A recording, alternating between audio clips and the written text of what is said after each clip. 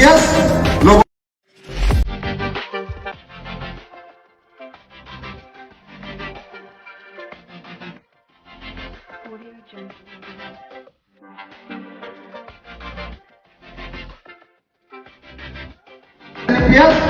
लोगों की जिंदगियां संवारने के लिए बनाई है, लोगों की जिंदगियां बदलने के लिए बनाई है। और मैं एसएलपीएस का एमडी नहीं हूं, ये सोच के बाजार में मत जाया करो। तुम इस कंपनी के मालिक हो, जनता इस कंपनी की मालिक है, ये सोच के बाजार में जाया करो। तो आप सभी का हिंदुस्तान के डायरेक्ट सेलिंग के इस महा इंटरव्यू में मैं बहुत बहुत स्वागत करता हूं। दोस्तों, मैं Mahipal Singh, crown diamond of SLPS wellness, आज आप सभी का इस इंटरव्यू में स्वागत भी कर रहा हूं और आपको यकीन भी दिला रहा हूं कि आज आपने जिंदगी का सबसे इंपॉर्टेंट वक्त 1 घंटे का इस इंटरव्यू के लिए निकाला है। आप यकीन मानिए, आप जो अभी आए हैं, 1 घंटे बाद जब आप इस इंटरव्यू से फ्री होंगे, आपके विचार, आपकी सोच, आपके विजन 100% बदल चुके होंगे। आज मैं आपको एक ऐसा मंत्र दिलवाने वाला हूं कि लोग कैसे कामयाब होते हैं, कौन कौन से ऐसे डाउट्स हैं जिनकी वजह से लोग सक्सेस नहीं होते हैं, कामयाब नहीं हो पाते हैं। दोस्तों, मुझे मालूम है आपका वक्त बहुत कीमती है, लेकिन इससे भी ज्यादा इंपॉर्टेंट बात मैं आपको यह बताना चाहता हूं कि इससे भी ज्यादा इंपॉर्टेंट, इस इंटरव्यू को आपको सुनने के बाद आपको ऐसा लगेगा आपके वक्त से भी ज्यादा कीमती आज का आपका 1 घंटा आपकी जिंदगी में, लाइफ में हमेशा रहेगा। ये यादगार 1 घंटा रहेगा। दोस्तों, पिछले 7 दिन से हम लोग प्रमोशन कर रहे थे। आप सारे लोग बेसब्री से संडे का 11 बजे का इंतजार कर रहे थे। सारे एसएलपीएस फाइटर ही नहीं, पूरे हिंदुस्तान के डायरेक्ट सेलिंग के जितने भी लीडर्स हैं, आज उन सब लोगों के लिए एक सुनहरा दिन है। क्योंकि दोस्तों, हमारी तमाम कोशिशों के बाद, बहुत ज्यादा रिक्वेस्ट के बाद, आज मैं आपके सामने किसी शख्स को नहीं, एक ऐसी शख्सियत को इनवाइट करने जा रहा हूं, आमंत्रित करने जा रहा हूं। मैं जानता हूं कि उनका टाइम, आप भी जानते हैं कि बहुत कीमती है, बहुत मुश्किल से उनका टाइम निकलता है, शेड्यूल बहुत बिजी है, लेकिन फिर भी वो हम लोगों से इतना प्यार करते हैं कि उन्होंने इस बिजी शेड्यूल में भी हमें टाइम देने का डिसीजन लिया, हमारी मांग को सुना और आप सभी की और मेरी भी रिक्वेस्ट पे उन्होंने हमारा इन्विटेशन स्वीकार करा। जी हां दोस्त, मैं अभी आपको मिलवाने जा रहा हूं हिंदुस्तान की fastest growing company SLPS wellness के CEO and MD mister Sanjeev Kumar sir को। दोस्तों, हम सारे लोग मिलकर वेलकम करते हैं। Please welcome SLPS wellness CEO and MD mister Sanjeev sir. Sir, आपका स्वागत है। सर नमस्कार, आपका स्वागत है आज हमारे इंटरव्यू में। हमारे दर्शक पिछले 7 दिन से वेट कर रहे थे। आज मेरा भी सौभाग्य है और आपका भी, हम सभी लोगों का सौभाग्य है कि आज आपसे 1 घंटे तक हम बहुत कुछ सीखने वाले हैं, जिससे हमारी जिंदगी में आमूल परिवर्तन आएंगे। Sir please. Thank you Mahipal ji. तो नमस्कार सभी देखने वाले सभी दर्शकगण को, बहुत बहुत नमस्कार।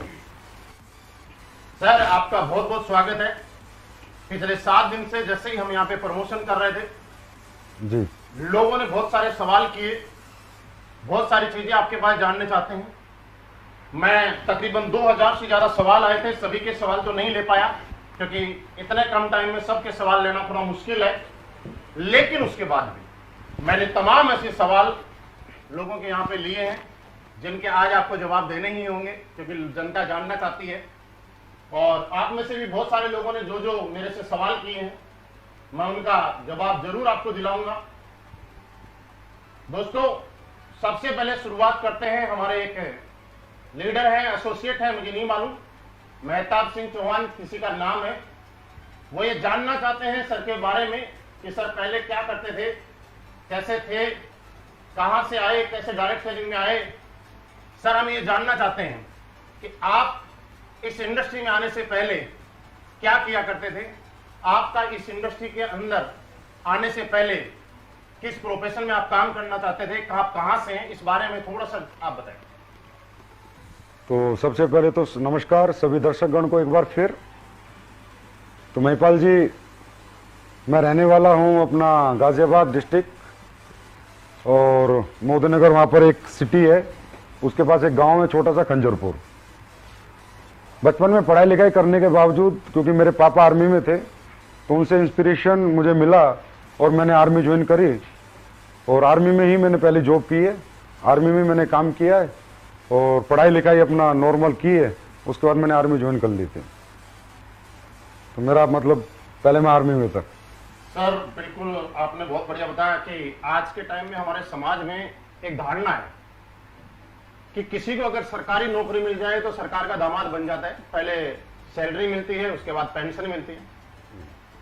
इतनी अच्छी जॉब होने के बाद आज हिंदुस्तान की सबसे रेस्पेक्टेड जॉब में आर्मी का नाम आता है। उसके बाद भी आप इस डायरेक्ट सेलिंग इंडस्ट्री में आए, और आए ही नहीं, आपने अपना पूरा कैरियर इस इंडस्ट्री में लगा दिया। इसके पीछे से क्या वजह रही होगी? देखिए महिपाल सर, रियली जॉब वो भी आर्मी का बड़ा रिस्पेक्टेड जॉब है और हमने भी पूरा 15 साल दिए हैं। कश्मीर से कन्याकुमारी तक हमारी पोस्टिंगें रही हैं। बड़ा मजा आ रहा था जॉब में, लेकिन फिर भी होता ही है ना, इंसान की जो इच्छाएं हैं वो तो असीमित हैं। तो ऐसी कुछ इच्छाएं हमारी थी, और कुछ अगर हम अपनी इच्छाओं का दमन कर लें तो बच्चों की कुछ इच्छाएं थी। बच्चे कुछ अच्छी जिंदगी जीना चाहते, तो फिर कोई ना कोई दूसरा सोचा कि कोई ऐसा काम इस दुनिया में है अगर हमारे लायक, तो ट्राई करेंगे, बच्चों के सपने पूरे करेंगे। तो फिर अचानक जयपुर के अंदर एक दोस्त थे, वो ले गए किसी डायरेक्ट सेलिंग कंपनी के प्रोग्राम में, और वहां पर मैंने देखा मान सम्मान, रिस्पेक्ट, पैसा। सबसे बड़ी बात है, मैंने वहां पर ये देखा कि हमारे जैसे लोग कामयाब हैं। हमारे जैसे मीन्स मतलब आम आदमी जो 10वीं पास है, 12वीं पास है, या BA है, या ग्रेजुएट है, काफी लोग वहां पर पैसे वाले मैंने देखे। मैं काफी इंस्पायर हुआ। और इस इंडस्ट्री की खासूसियत मुझे सबसे ज्यादा जो लगी वो ये लगी कि यहाँ पर कोई भी व्यक्ति जिसके पास डेडिकेशन है, हिम्मत है, मेहनत है, जज्बा है, सपने हैं, कोई भी कामयाब हो सकता है। यहाँ पर टैलेंट की जरूरत नहीं है, क्योंकि आजकल देखिए आप मार्केट में कामयाब होने के लिए, मान लो मेरे सपने हैं या आपके सपने हैं, अगर हम उन्हें पूरा करना चाहे तो मार्केट में क्या है, या तो आपको पढ़ना लिखना बहुत पड़ेगा, तब आप IAS IPS बहुत बड़े बड़े बिग जॉब्स आपको बिग प्रोफेशनल जॉब आपको मिलेंगे, या आपके पास बहुत ज्यादा पैसा हो, आपको बहुत पैसा लगाएंगे तो बहुत पैसा कमाएंगे, होटल हॉस्पिटल स्कूल बना लें, या आपके पास कोई एक्सट्रीम टैलेंट हो, आप विराट कोहली की तरह अच्छे क्रिकेटर बने, अच्छे बॉक्सर बने, अच्छे सिंगर बने। मतलब मैं कहता हूँ डायरेक्ट सेलिंग के सिवा बहुत सारे प्रोफेशन है, आदमी सपने पूरे कर सकता है और लोग कर भी रहे हैं। लेकिन क्या वो खासूसियत हर आम आदमी में होती है? क्या वो टैलेंट, वो पढ़ाई लिखाई, वो पैसा? तो बस मुझे इस इंडस्ट्री की सबसे बड़ी ब्यूटी ये लगी कि यार जिसके पास यहाँ पर पढ़ाई नहीं है वो भी कामयाब है, जिसके पास कोई एक्सट्रीम टैलेंट नहीं है, सिंगर, डांसर, बॉक्सर, क्रिकेटर बनने का, वो भी कामयाब है, जिसके पास बहुत सारा पैसा नहीं है लगाने को, बिना पैसा लगाए वो भी कामयाब है, क्योंकि यहाँ पैसा तो कुछ लगता ही नहीं है। जब पैसा नहीं लगता तो कोई रिस्क नहीं है यहाँ पर। उसके बाद इस काम में करने में जो सिस्टम है कंपनियों के, डायरेक्ट सेलिंग के जो सिस्टम है कंपनीज के, एजुकेशन सिस्टम, वो बड़ी मदद करते हैं किसी भी आम आदमी को कामयाब करने के लिए। अगर वो नहीं भी काम करना जानता तो भी उसे काम करना सिखा देते हैं और उससे कामयाब कर देते हैं। और सबसे बड़ी बात है कि मर्जी का काम है, मेरी मर्जी में आज करूं ना करूं, 2 दिन ना करूं, तीसरे दिन करूं। और सबसे जो ब्यूटीफुल मुझे इसकी ब्यूटी लगी, बड़ी ब्यूटी, वो था महिपाल जी पैसिव इनकम, कि एक बार मेहनत कर ली जाए जोर लगा के और जिंदगी भर बैठ के खाया जाए। तो ये कुछ ऐसी ब्यूटीज है जो मुझे नजर आई, इसलिए मैंने इंडस्ट्री चुनी, क्योंकि मेरे जैसा व्यक्ति मुझे लगता है यहीं पर कामयाब हो सकता था। 1-2 लोगों ने सवाल किया है, जिनका नाम है अमित शंकर, PM पटेल। ये बात ये पूछते हैं कि सर ये पावर हमें और आप सबको समझ में आती है, लेकिन आज हमारा समाज और लोग, आम लोग इस इंडस्ट्री को लेकर नेगेटिव क्यों? बहुत बढ़िया। क्या नाम बताया आपने जिन्होंने सवाल पूछा है? अमित शंकर है, एक PM पटेल है। तो अमित शंकर जी, PM पटेल जी, आपका सवाल बहुत जेन्युइन है और बहुत रियल सवाल है, और इस सवाल का जवाब अपने अपने एक्सपीरियंस के अनुसार हर व्यक्ति अपने अनुसार देगा। लेकिन जो मैंने सीखा है अपने इस जीवन में, जो समझा है डायरेक्ट सेलिंग में, वो ये है कि अगर समाज किसी चीज के प्रति नेगेटिव है तो 100% वहां कुछ तो नेगेटिव रहा होगा। क्योंकि मुझे जीवन में ये सिखाया गया है, या मैंने अपने जीवन के एक्सपीरियंस से अपनी उम्र में ये देखा है, इस उम्र में, कि समाज इंसान को बनाता है और समाज इंसान को गिराता है। अगर समाज किसी सरकार के प्रति पॉजिटिव है तो वहां सरकार बना देता है, और समाज अगर किसी सरकार के प्रति नेगेटिव है तो सरकार को गिरा देता है। अल्टीमेटली हर कामयाबी की जो वजह है, हर सक्सेस की जो वजह है, वो समाज है। समाज चाहे तो कोई स्कूल चला देता है, समाज चाहे तो फ्लॉप कर देता है। समाज चाहे तो किसी फिल्म को हिट कर देता है, समाज चाहे तो फ्लॉप कर देता है। इसका मतलब सब कुछ तो समाज ही है। अब समाज डायरेक्ट सेलिंग को लेकर नेगेटिव है, आप बिल्कुल अपनी जगह सही है और सही कह भी रहे हैं। तो मुझे ऐसा लगता है कि डायरेक्ट सेलिंग ने कुछ ना कुछ तो ऐसा होता होगा कि जिससे लोग नेगेटिव हैं। तो महिपाल जी, उसके लिए एक छोटी सी मैं अपना एक्सपीरियंस शेयर करना चाहूंगा। डायरेक्ट सेलिंग जो बिजनेस है महिपाल जी, इसको लोग सोचते हैं कि ये कुछ अलग बिजनेस है। ये ऐसा कुछ भी नहीं है। ये समाज क्यों नेगेटिव है, इसका आपके इस क्वेश्चन का आंसर मेरी थोड़ा सा डायरेक्ट सेलिंग के एक्सपीरियंस में नॉलेज शेयर करूंगा तो आपको अपने आप ही मिल जाएगा।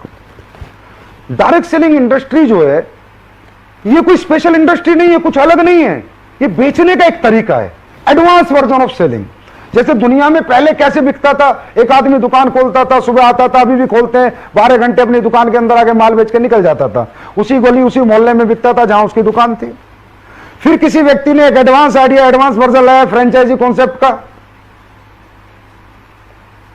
फ्रेंचाइजी कॉन्सेप्ट, फ्रेंचाइजियां खोल खोल के एक आदमी ने एक जगह से पूरी दुनिया में फ्रेंचाइजियां खोल दी। पूरी दुनिया में फ्रेंचाइजियां खोल दी तो उसका माल एक जगह बैठ के पूरी दुनिया में बिकने लगा।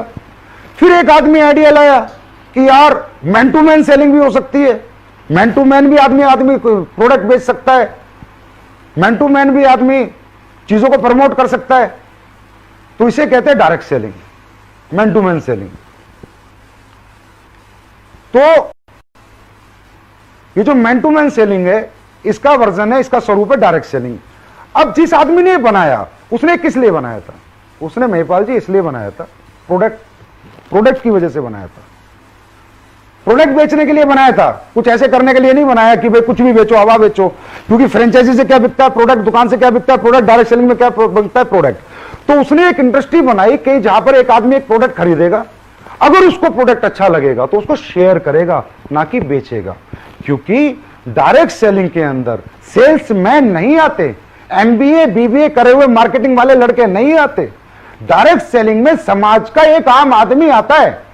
एक बूढ़ा भी हो सकता है, एक मां भी हो सकती है, एक बहन भी हो सकती है, एक यंगस्टर भी हो सकता है। उसने कोई मार्केटिंग की स्टडी नहीं की, मार्केटिंग नहीं सीखी, उसे नहीं पता प्रोडक्ट कैसे बेचना है। तो डायरेक्ट सेलिंग जो बिजनेस बनाता, ये शेयरिंग बिजनेस बनाता, सेलिंग बिजनेस नहीं बनाता कि आप कोई प्रोडक्ट खरीदें, अगर आपको अच्छे रिजल्ट आए तो आप उसको शेयर करें। अब उसके बाद ये बिजनेस पिछले 100 साल से पूरे वर्ल्ड के अंदर है। हिंदुस्तान में 96 और 98 में आया।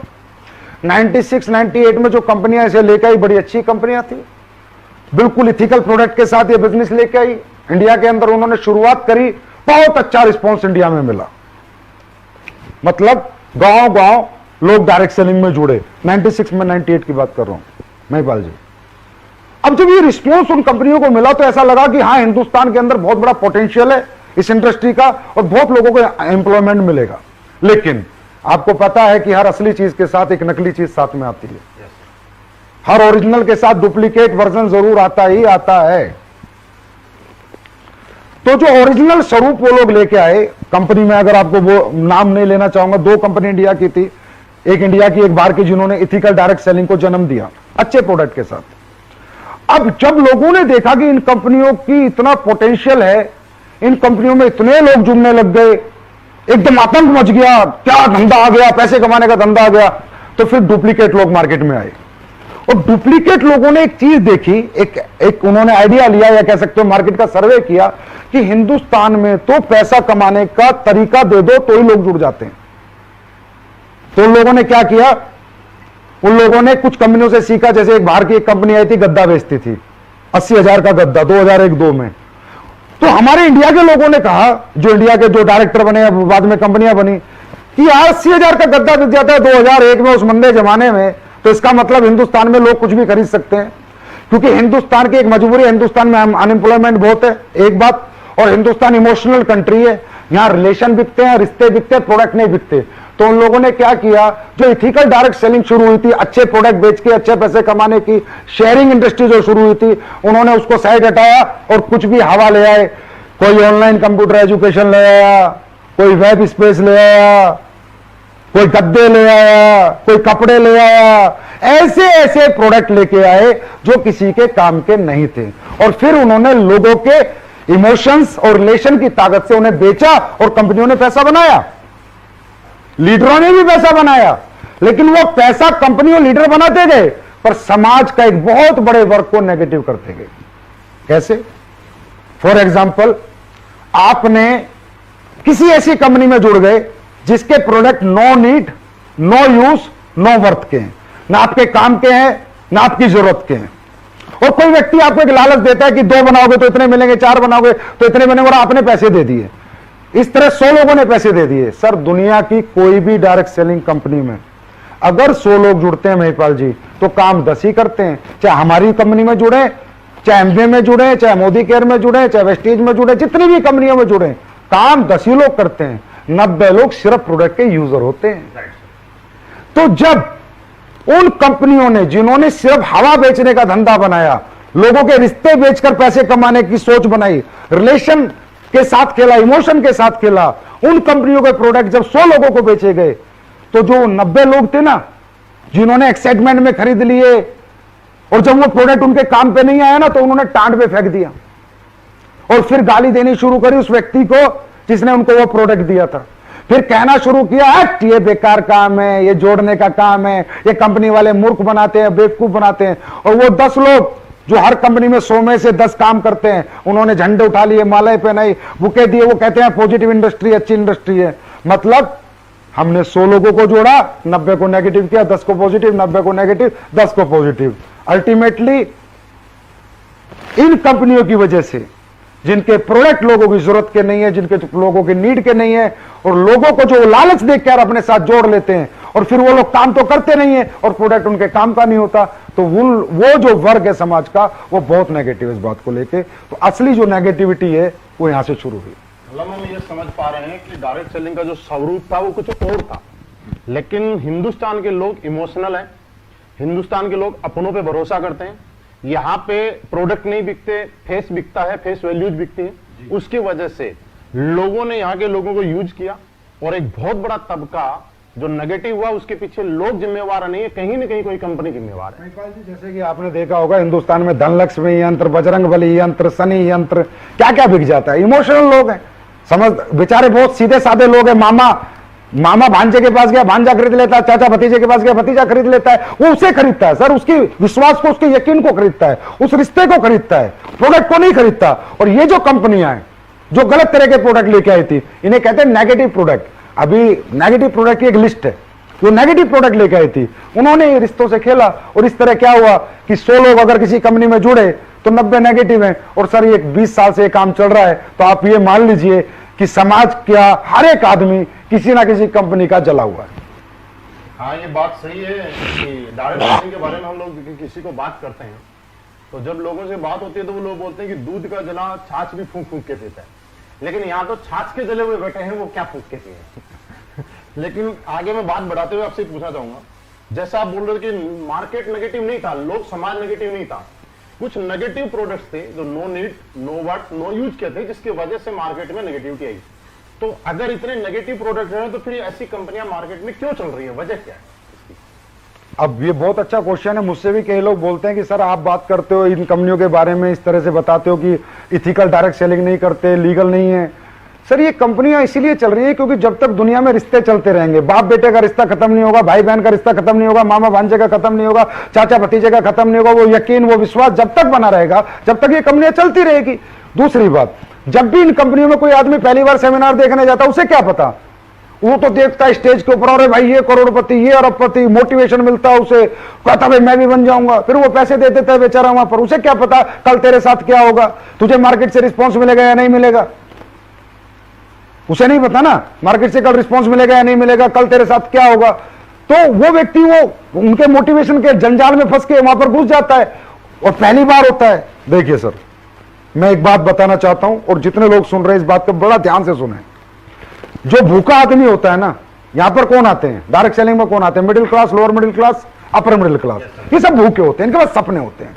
इन्हें किसी भी कंपनी का पहली बार जिंदगी में जो प्रोग्राम देखते हैं ना, ये उससे इंस्पायर होकर जुड़ जाते हैं। भूखे आदमी को आप कच्ची रोटी दे दो, पकी रोटी दे दो, आधी पकी कच्ची दे दो, बेचारा खा लेता है। लेकिन जब समझदारी आती है तो समझ में आता है कि ये 5-6 साल ये जो तूने मोटिवेशन के चक्कर में निकाले, ये जो इन कंपनियों के चक्कर में निकाले, ये आडंबर में निकाले, फिर बहुत लेट हो जाता है। और वो एक कहावत है, when you understand the game of your life you are too old to play.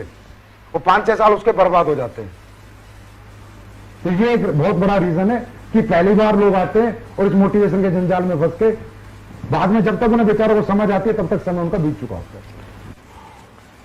कि पहले आप असली बेस वेलनेस से पहले किसी कंपनी में काम किया करते थे, मतलब डायरेक्ट सेलिंग किया करते थे, उसके बाद आपके मन में असली बेस वेलनेस खोलने का विचार आया, कहीं इसके पीछे भी कोई ऐसी वजह तो नहीं रही कि आपका मन में भी पैसे बनाने का मकसद हो या लालच कहीं आपके मन में जाग गया हो, तो उसकी वजह से आपने डायरेक्ट सेलिंग को छोड़कर कंपनी खोलने का डिसीजन ले लिया?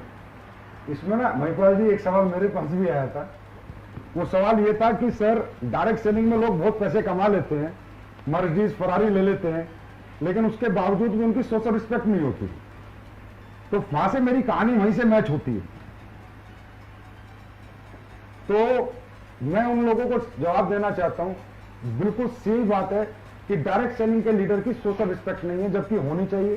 क्योंकि जो काम डायरेक्ट सेलिंग के लीडर करते हैं, लोगों को कामयाब करते हैं, लोगों को नॉलेज देते हैं, टैलेंट देते हैं, मोटिवेट करके रखते हैं, नाकामयाब को कामयाब बनाते हैं। मैं तो ये कहूंगा डायरेक्ट सेलिंग का लीडर से बड़ा धर्मात्मा इस धरती के ऊपर दोस्तों कोई नहीं है, चाहे वो किसी भी कंपनी का डायरेक्ट सेलर हो। क्योंकि भैया दान करना एक दिन कर सकते हो, अनाथ आश्रम में एक दिन दान कर सकते हो, मंदिर में एक दिन दान कर सकते हो, मस्जिद में एक दिन दान कर सकते हो, लेकिन दुनिया का सर्वोपरि दान है किसी नाकामयाब को कामयाब करना। और ये डायरेक्ट सेलिंग के लीडर्स करते हैं। तो क्या इनको सोशल रिस्पेक्ट मिलनी चाहिए, नहीं मिलनी चाहिए? तो आवाज आती है मिलनी चाहिए। क्या मिलती है? बिल्कुल नहीं मिलती। फिर मैं वही कहूंगा क्यों नहीं मिलती। एक लड़के ने एक बिजनेस शुरू किया अपने गांव से। आदमी पहले कहां जाता है? रिश्तेदार और गांव वालों के पास जाता है जब भी किसी कंपनी में जुड़ता है। औरतों से ऐसा तो नहीं रोड चलते हुए किसी को प्लान दे देगा।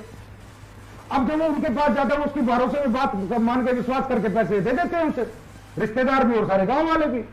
अब अगर वो किसी गलत कंपनी के साथ ज्वाइन है, जिसने हवा बेची है, जो प्रोडक्ट के नाम पर पागल बना रही है, जो अपॉर्चुनिटी सेलिंग जो चलता है आज मार्केट में, अपॉर्चुनिटी सेलिंग, चलो मुझे अब तक ये समझ में what is the bloody opportunity selling. Opportunity selling होता क्या है? ये हवा कहां बिकती है? अगर ये हवा बिकती तो Reliance, Ambani, Tata, Birla, Apple, Samsung, LG ये क्यों नहीं बेच रहे? ये क्यों 24 घंटे प्रोडक्ट की आर&डी पे लगे रहते हैं? क्यों प्रोडक्ट पे फोकस करते हैं? रोज एडवांस वर्जन ऑफ प्रोडक्ट बनाते हैं, दिन रात मेहनत करते हैं, इतनी हजारों लाखों फैक्ट्रियां लगाते हैं। लेकिन डायरेक्ट सेलिंग की कुछ कंपनियों में बड़ा मजेदार एक डायलॉग है, अपॉर्चुनिटी सेलिंग। अरे भाई क्या होती है अपॉर्चुनिटी सेलिंग? मुझे आज तक समझ नहीं आया। तो वो अपॉर्चुनिटी सेलिंग वाली कंपनियों में जो बच्चा फंस जाता है, फिर वो अपने गांव को जोड़ देता है, अपने रिश्तेदारों को जोड़ देता है, वो 100 लोगों को जोड़ता है महिपाल जी, वो 10 लोग काम करते हैं, 90 लोग नेगेटिव हो जाते हैं। अब जो वो बच्चा BMW फरारी लेके आता है और अपने मामा के घर के आगे से निकलता है ना, तो सगा मामा बोलता है भांजे नहीं मिला था लूटने के लिए। सगी बुआ बोलती है भतीजे मुझे ही 15,000 डुबो के, 20,000 डुबो के, 10,000 डुबो के, 500 रुपए कमा के, 1000 रुपए कमा के तूने मेरा नुकसान करना था। ये गाड़ी है ना, तूने मेहनत से नहीं ली, लोगों को लूट कर ली है। और रियली वो कंपनियां उनके प्रोडक्ट जो इस तरह के बेचती हैं, वो रियली लोगों के रिश्तों से खिलवाड़ करके लोगों को लूट रही है। अब ये बताइए, जब साला रिश्तेदार ही हमारे खिलाफ हो गए, जब हमारे गांव के हमारे खिलाफ हो गए, तो भाई साहब सोशल रिस्पेक्ट करेगा कौन? इसका एक ही कारण है, हवा बेचना, अपॉर्चुनिटी सेलिंग। जो भी लोग अपॉर्चुनिटी सेलिंग करेंगे उनको कभी मार्केट में सोशल रिस्पेक्ट ना मिलती थी ना मिलेगी, ये मैं गारंटी देता हूं। और जो लोग ईमानदारी से अच्छे प्रोडक्ट बेच रहे हैं, जिनके प्रोडक्ट में रिजल्ट है, प्रोडक्ट गरीब आदमी के काम आ रहे हैं, गरीब आदमी रो नहीं रहा पैसे देके, पैसे लगा के उसकी आत्मा उसे बद्दुआ नहीं दे रही, उसकी आत्मा दुआ दे रही है, उनकी मैं बताता हूं महिपाल जी, इतिहास रचा एसलीपीएस वेलनेस के फाइटर्स ने, लीडर्स ने। और सबको बताता हूं, अभी देख लेना 15 अगस्त आ रहा है, हमारे फाइटरों को लोग झंडा फहराने के लिए बुलाते हैं, लीडर्स को। Yes sir. ये है सोशल रिस्पेक्ट। क्योंकि हमने अगर 100 लोगों को प्रोडक्ट दिया है ना सर, मैं सबकी 100 आउट ऑफ 100 की बात नहीं करता, पर 80% को रिजल्ट आता है, 20% को नहीं आता, तो हम 100 में से 80 को पॉजिटिव कर रहे हैं। तो ये मुहिम हमने 6 साल पहले चलाई। और दूसरी बात, एक आखिरी बात, मैं लीडर्स आपसे बात पूछना चाहता हूं, ये जो एक डायलॉग आता है आपके सेमिनार में, कोई भी अच्छी चीज अगर आप खरीदते हो तो 4 आदमी को बताते हो, आपको पैसे नहीं आते। कोई भी अच्छी चीज आप खरीदते हो, 4 आदमी को, कोई अच्छी पिक्चर देख के आते हो, 4 आदमी को दिखाते हो, पैसे नहीं आते। अरे मेरे भाई, इसमें एक लाइन है, अच्छी चीज खरीदते हो तब 4 आदमी को बताते हो। क्या कोई गलत फिल्म देखकर, फ्लॉप फिल्म देखकर कभी 4 आदमी को लेके गए? क्या गलत स्कूल में अपने बच्चों को पढ़ाया तो उस स्कूल को प्रमोट किया? क्या गलत डॉक्टर को खुद को दिखाया तो प्रमोट किया? तो मेरे भाई एक बात ध्यान में रखो, ये बात, गलत चीजें प्रमोशन में नहीं होती, मैन टू मैन एडवर्टाइजमेंट अच्छी चीजों का होता है। तो ये बात भी ध्यान रखा करो कि अच्छी चीज खरीद के लाते हैं, और अच्छी चीज वो होती है जो लोगों के नीड की हो, लोगों की यूज की हो, लोगों के वर्थ की। बिल्कुल सर, हम इसी के पीछे थे कि डायरेक्ट सेलिंग करते करते मेरा सवाल कुछ बीच में रह गया कि आखिर ये कंपनी खोलने के पीछे वजह क्या रही होगी? महिपाल जी, डायरेक्ट सेलिंग करते करते मेरी अच्छी खासी टीम थी जिस भी कंपनी में मैं काम करता था, लेकिन मैंने पैसे कमाए थे, मैंने गाड़ी भी ली, मैंने बंगला भी लिया, मेरे पास अचीवमेंट भी थी, क्योंकि समझ सकते हो तो मैं एक्स्ट्राऑर्डिनरी टैलेंट नहीं कहूंगा, मेहनत है मेरी। लेकिन जो लोग मेरे साथ थे ना, उनका सक्सेस रेशियो बहुत कम था। मान लो मेरे पास 20,000 लोग थे ना, तो उसमें मात्र 20 ही आदमी पैसे कमा रहे थे। ओके। तो जब नीचे वाले बच्चे पैसे नहीं कमा रहे थे और जिनकी हाल लगती थी ना, कोई कमरा लेके कहीं पड़ा है, कोई कमरा ले, एक लड़का था, मैं नाम नहीं बताऊंगा, तो उस लड़के ने मुझे फोन किया कि गुरुजी मैं कमरा लेके रहता हूं और जो मैं प्रोडक्ट बेचता हूं लोग मेरे मुंह पे फेंक के चले जाते हैं और मेरे को 5 साल हो गए, मैं अभी तक कुछ नहीं कमा पाया। तो वो चीज मुझे दर्द दिया, एक बात। दूसरी बात, जिन लोगों को मैंने प्रोडक्ट बेचे थे, जहां भी मैं काम करता था, मैंने बीमे में बहुत बेचे थे, तो जिन लोगों ने मुझसे बीमे लिए उनमें चाचा, फूफा, मामा, रिश्तेदार, साला, साली बहुत लोग थे। तो जब उनकी 4 साल हुए और पैसा लेने गए, 60,000 उन्होंने जमा किया तो उन्हें 30,000 रुपए मिले। 60,000 के 30,000? 30,000, क्योंकि नेगेटिव प्रोडक्ट था ये, मान लो आप। ऐसी पॉलिसियां थी जो किसी काम की नहीं थी, सिर्फ हवा बेची थी हमने। तो अब जब हम गाड़ी वाले बन गए, बंगले वाले भी बन गए, तो जिस गली से निकलते हमारे रिश्तेदार बोलते हुए हमें लूट के तूने गाड़ी ले ली, हमें बर्बाद करके हमारे 30,000 डुबो के हरामजादे तू आज बंगले में घूम रहा है, अगर तुझे 1,000 रुपए चाहिए तो भीख मांग लेता। तो उन चीजों से मैं इतना निराश हो गया, इतना हताश हो गया। एक तो लोग नाकामयाब, मेरे साथ 20-30,000 लोग थे, उनमें बहुत कम कामयाब। एक जो मैंने कमाया तो नाम नहीं कमाया, सम्मान नहीं कमाया, पैसा आया लेकिन सोशल रिस्पेक्ट मेरी गायब हो गई। ये सोच के महिपाल जी आपको अगर मैं सही बताऊं तो मैंने तो काम ही छोड़ दिया था। मैंने डायरेक्ट सेलिंग को 12-13 में रिजाइन ही कर दिया था, 12 में। मतलब इस इंडस्ट्री से आप आउट हो गए थे? हाँ, हमेशा के लिए। मैं आपको रियल बताऊं, मैं मतलब मेरा दिल उब गया, मैं कैसा लगा घटिया काम नहीं करना, क्योंकि हमें ना पता क्या सिखाया गया था कि बुरी चीजें बेचकर अच्छे पैसे कमाए जा सकते हैं। वो मेरे गले से नहीं उतर रहा था। अरे भाई, एप्पल भी बेच रहा है मोबाइल, सैमसंग भी एलईडी बेच के कमा रहा है, मारुति कार बेच के कमा रही है, घटिया प्रोडक्ट बेचकर ही अच्छे पैसे कमाए जा सकते हैं ना। ये बात मेरे गले नहीं उतरी तो मैंने रिजाइन ही कर दिया इस इंडस्ट्री को, और मैं 2 साल के लिए अपना निकल गया, जैसा भी मेरा वक्त गुजरा। लेकिन इस 2 साल में जो है मुझे काफी नॉलेज मिली, काफी आइडियाज मिले, क्योंकि वो कहते हैं ना डायरेक्ट सेलिंग है, काम तो छोड़ दिया 2 साल, लेकिन इतनी दूरी नहीं बना पाया कि इससे बिल्कुल टच ना रहूं। ये कहते हैं प्लास्टिक का कीड़ा है ना मरता। हाँ, मार्केट में एक ऐसा लोग बोलते हैं कि एक बार जिसके अंदर एक कीड़ा घुस गया वो छोड़ नहीं सकता, चाहे कुछ भी हो जाए। हाँ, तो मैं छोड़ नहीं पाया।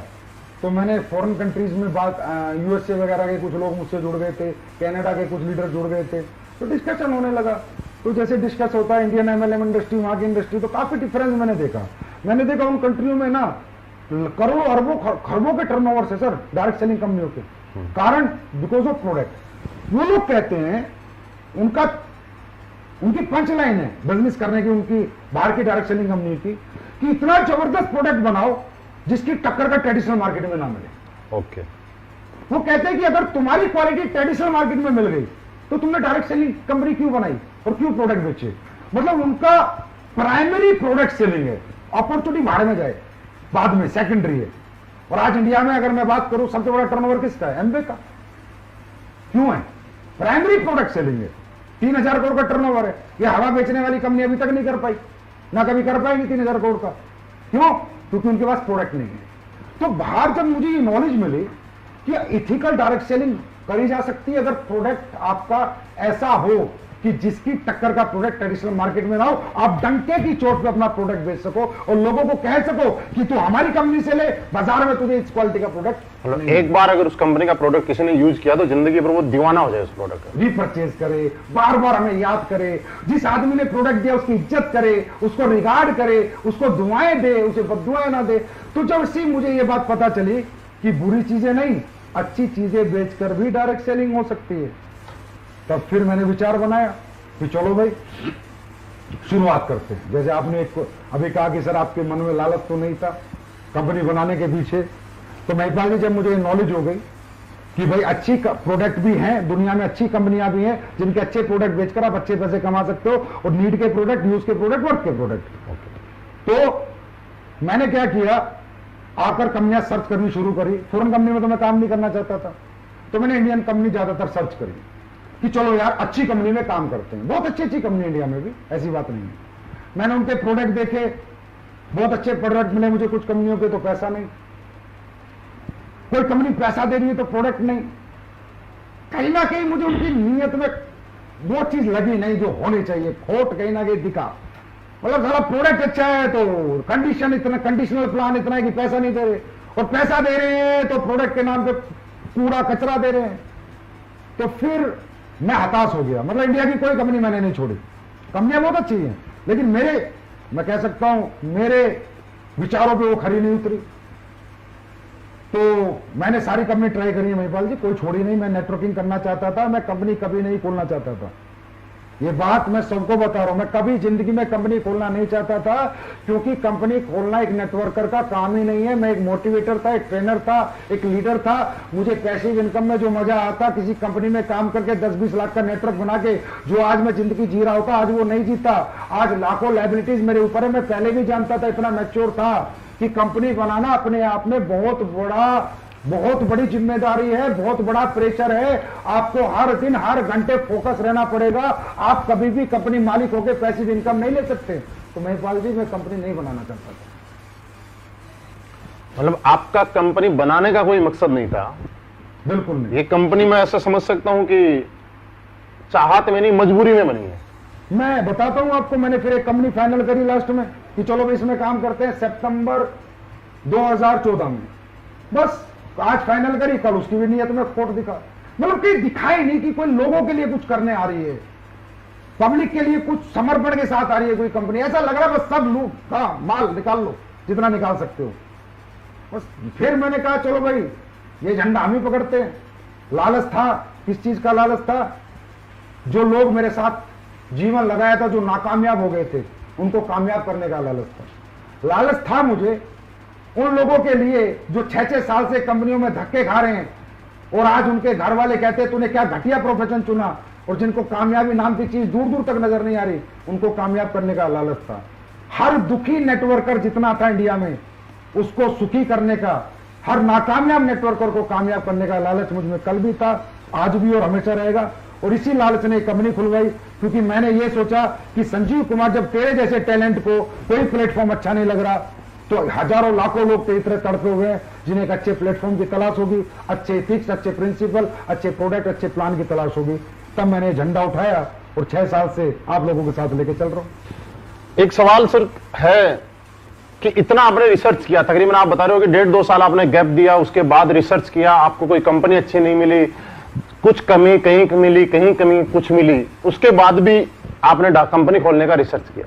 मुद्दा यह है कि इतना रिसर्च करने के बाद ऐसा कौन सी खासियत और वजह दिखाई दी जिसकी वजह से आपने वेलनेस इंडस्ट्री का चुनाव किया, और वेलनेस इंडस्ट्री में भी खासकर आयुर्वेदा को चुना? इसके पीछे की कोई वजह? इसके पीछे की वजह यह है कि जब मैं रिसर्च कर रहा था, 2 साल का जो मेरा गैप था, और जो मैंने कहा यूएसए वगैरह, कनाडा वगैरह, जापान वगैरह, जिन भी लोगों से, लीडरों से मैं टच में था, तो जब मैं उनसे बात करता भाई तुम्हारे यहाँ सबसे टॉप में कौन सी कंपनी है, तो कहते sir wellness company, wellness industry. क्योंकि वेलनेस इंडस्ट्री आने वाले समय की $1 ट्रिलियन इंडस्ट्री है, because of life style disease. आज लाइफ स्टाइल डिजीज आप देख रहे हो, बोलबाला है उनका, शुगर, बीपी, हार्ट अटैक, ये सब चीजें। तो ये लाइफ स्टाइल डिजीज है, इसका सोल्यूशन किसके पास है? ओनली वेलनेस इंडस्ट्री के पास है, और किसी के पास इसका सोल्यूशन नहीं है। अब वेलनेस में मैंने आयुर्वेदा को क्यों चुना? क्योंकि वेलनेस में आज हमारे पास फूड सप्लीमेंट भी है, आयुर्वेदा नहीं अभी लेके आए हम, लेकिन मैंने आयुर्वेदा को प्रेफरेंस क्यों दिया? क्योंकि 5000 साल पुराना इतिहास हमारा बताता है कि हमारा आयुर्वेद कितना पावरफुल है। बड़ी से बड़ी लाइलाज बीमारी भी आयुर्वेद ठीक करता है। और अब ये कोरोना काल में भी बताना पड़ेगा मुझे, अब तो दुनिया मान रही है कि आयुर्वेद जो कर सकता है वो कोई नहीं कर सकता। तो मैंने आयुर्वेद को इसलिए चुना क्योंकि मैं ऐसा प्रोडक्ट देना चाहता था जिसमें नीड हो, जो जरूरत का हो, जिसमें लोगों को वर्थ हो, और जिस प्रोडक्ट को लेके लोग बद्दुआ ना दें। मैं कह रहा हूं दुआ ना दे हमें, कोई बद्दुआ भी ना दे, मुद्दा ये था। दूसरी बात, हमारा प्रोडक्ट अगर कोई आदमी लेता है ना सर, तो ऐसे नहीं लेके रख लेता लाओ लाओ लाओ, वो पक्का बॉडी को डिटॉक्सिफाई करने के लिए लेगा या उसके घर में कोई परेशानी होगी उसको ठीक करने के लिए लेगा। कहने का मतलब हम चिपकाते नहीं है, हम जरूरत पैदा नहीं करते, लोगों को जरूरत होती है वो प्रोडक्ट हम देते हैं। तो आयुर्वेद जो कर सकता है, जो चमत्कार, वो आप हमारे YouTube पे जाके हमारे टेस्टिमोनियल देख सकते हैं कि मैंने आयुर्वेद चुना तो आज उसने क्या चमत्कार किए, क्या रिजल्ट दिए। और आयुर्वेद को कल तक तो मैं चिल्ला चिल्ला के बोलता था सर, आज तो पूरा वर्ल्ड बोल रहा है। सर ये आगे सवाल है, एक मुकेश कुमार भी है, एक राजेंद्र कुमार जी हैं। ये पूछना चाह रहे हैं कि ये प्रोडक्ट हम जिनको भी देते हैं वहां से हमें बहुत ज्यादा दुआएं मिलती हैं और लोगों के घर में जब जाते हैं तो लोग भगवान की तरह पूछते हैं, जैसा कि आज तक किसी डायरेक्ट सेलिंग इंडस्ट्री के अंदर किसी डायरेक्ट सेलर को पूछा नहीं गया इनका। लेकिन सवाल ये बोल रहे हैं कि एक सवाल आ रहा है कि प्रोडक्ट बहुत अच्छे हैं, कहीं ऐसा तो नहीं है कंपनी शुरू में ग्रोथ करने के लिए प्रोडक्ट अच्छे दे और जब थोड़े दिन के बाद में कंपनी बड़ी हो जाए उसके बाद उसके रिजल्ट कम कर दे? मेन सवाल ये है कि क्या गारंटी है कि जिंदगी भर ऐसे ही रिजल्ट रहे? 9 नवंबर 2014 को शुरुआत हुई थी। शुरुआत तब हुई थी, आज तो 6 साल हो चुके हैं। 6 साल से आज तक प्रोडक्ट क्वालिटी डाउन नहीं हुई। देखिए सर, जिस कंपनी का बेसिक प्रोडक्ट हो, जिसका बेसिक क्वालिटी हो, अगर प्रोडक्ट में मैं कल कॉम्प्रोमाइज करता हूं, क्वालिटी कॉम्प्रोमाइज करता हूं, और जिसने भी आज तक किया है उसका ग्राफ ऊपर नहीं गया, उसका ग्राफ नीचे गया है। I am the follower of Steve jobs. मैं फॉलोअर हूं स्टीव जॉब्स जैसे लोगों का, जिन्होंने एप्पल जैसा एक ब्रांड बनाया और आज तक उसे अपग्रेड करते चले गए, अपग्रेड करते चले गए, अपग्रेड करते चले गए, क्वालिटी कभी नीचे नहीं जाने दी। इसीलिए उनका फोन लाइन में लग के बिकता है, इसीलिए एसलीपीएस का प्रोडक्ट लाइन में लग के बिक रहा है। कोई डाउट नहीं है कि आज लॉकडाउन जैसे टाइम में भी लाइन में लग के प्रोडक्ट बिक रहा है, क्योंकि मेरी क्वालिटी। अच्छा एक बात बताओ, क्वालिटी गिराए क्यों जाएगी? लालच, कोई पैसा बचाना होगा, इंग्रीडिएंट महंगे हो गए, टैक्सेस महंगे हो गए, हाँ कंपनी को पैसा कम बचने लगा तो प्रोडक्ट क्वालिटी गिरा दी जाएगी? ऐसे गिराते होंगे लोग। बिल्कुल। देखो, हर आदमी का अपना अपना बिजनेस मॉडल है, बिजनेस मेंटेलिटी है हर आदमी की। हर आदमी, आपने देखा होगा, एक लखानी की चप्पल भी बनती है, रिबॉक की चप्पल भी बनती है। बिल्कुल। रिबॉक का ग्राहक भी है और लखानी का ग्राहक भी है। तो मेरे प्रोडक्ट की जो क्वालिटी है वो मैं इसलिए मेंटेन करता हूं हमेशा, क्योंकि मुझे पता है मुझे आज जो भी कुछ बनाया है एसलीपीएस आज जहां भी पहुंचे क्वालिटी कैसे पहुंची। अब मुझे लालच आ गया, टैक्स बढ़ गया, कोई अभी जैसे आप देख रहे हो अश्वगंधा, गिलोय और अपना काढ़ा और अपना मुलेठी, सुन रहे होगे आप, रोज टीवी पे आता है, टीवी पे डेली आ रहा है। रेट बढ़ गए इनके, लोगों ने दुगने रेट कर दिए। मार्केट है, हिंदुस्तान है, लेकिन मैंने अभी तक रेट नहीं बढ़ाए, जब तक मैं मजबूर ना हो जाऊं। लेकिन मैंने पानी भी नहीं मिलाया। मैं ये सोचता हूं पानी मिलाने से अच्छा, क्वालिटी गिराने से अच्छा पैसे बढ़ा दो ना भाई। अरे पब्लिक या तो एक्सेप्ट करेगी, रिजेक्ट करेगी, कोई फर्क नहीं पड़ता। अब कई कंपनियों में नहीं पैसे मत बढ़ाओ, लीडर नाराज हो जाएंगे, लोग नाराज हो जाएंगे। अरे होने दो नाराज, क्या फर्क पड़ता है? कस्टमर सेटिस्फाइड है ना तो लीडर अपने आप सेटिस्फाइड है। कस्टमर को क्वालिटी मिलेगी, वो खरीदता रहेगा, लीडर पैसे कमाता रहेगा।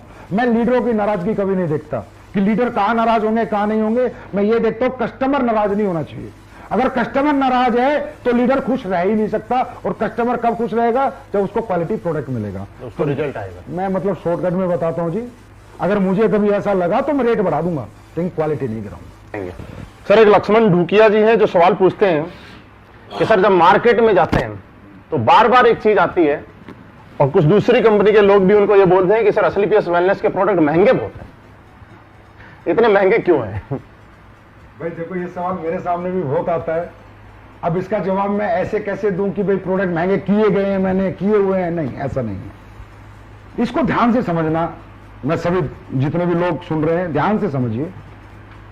प्रोडक्ट हमारा महंगा है 100% मैं मानता हूं, लेकिन इसके पीछे कुछ लॉजिक फैक्टर्स हैं, कारण है इसके पीछे। इसके पीछे वो एमएलएम के मालिक वाली सोच नहीं है कि वो बस कुछ भी बनाओ, घोलो पोलो, आईडी में दो निकालो, 2 आदमी जोड़ो और लोगों को बोल दो पैसा कमाओ। नहीं, इसके पीछे है कस्टमर सेटिस्फेक्शन।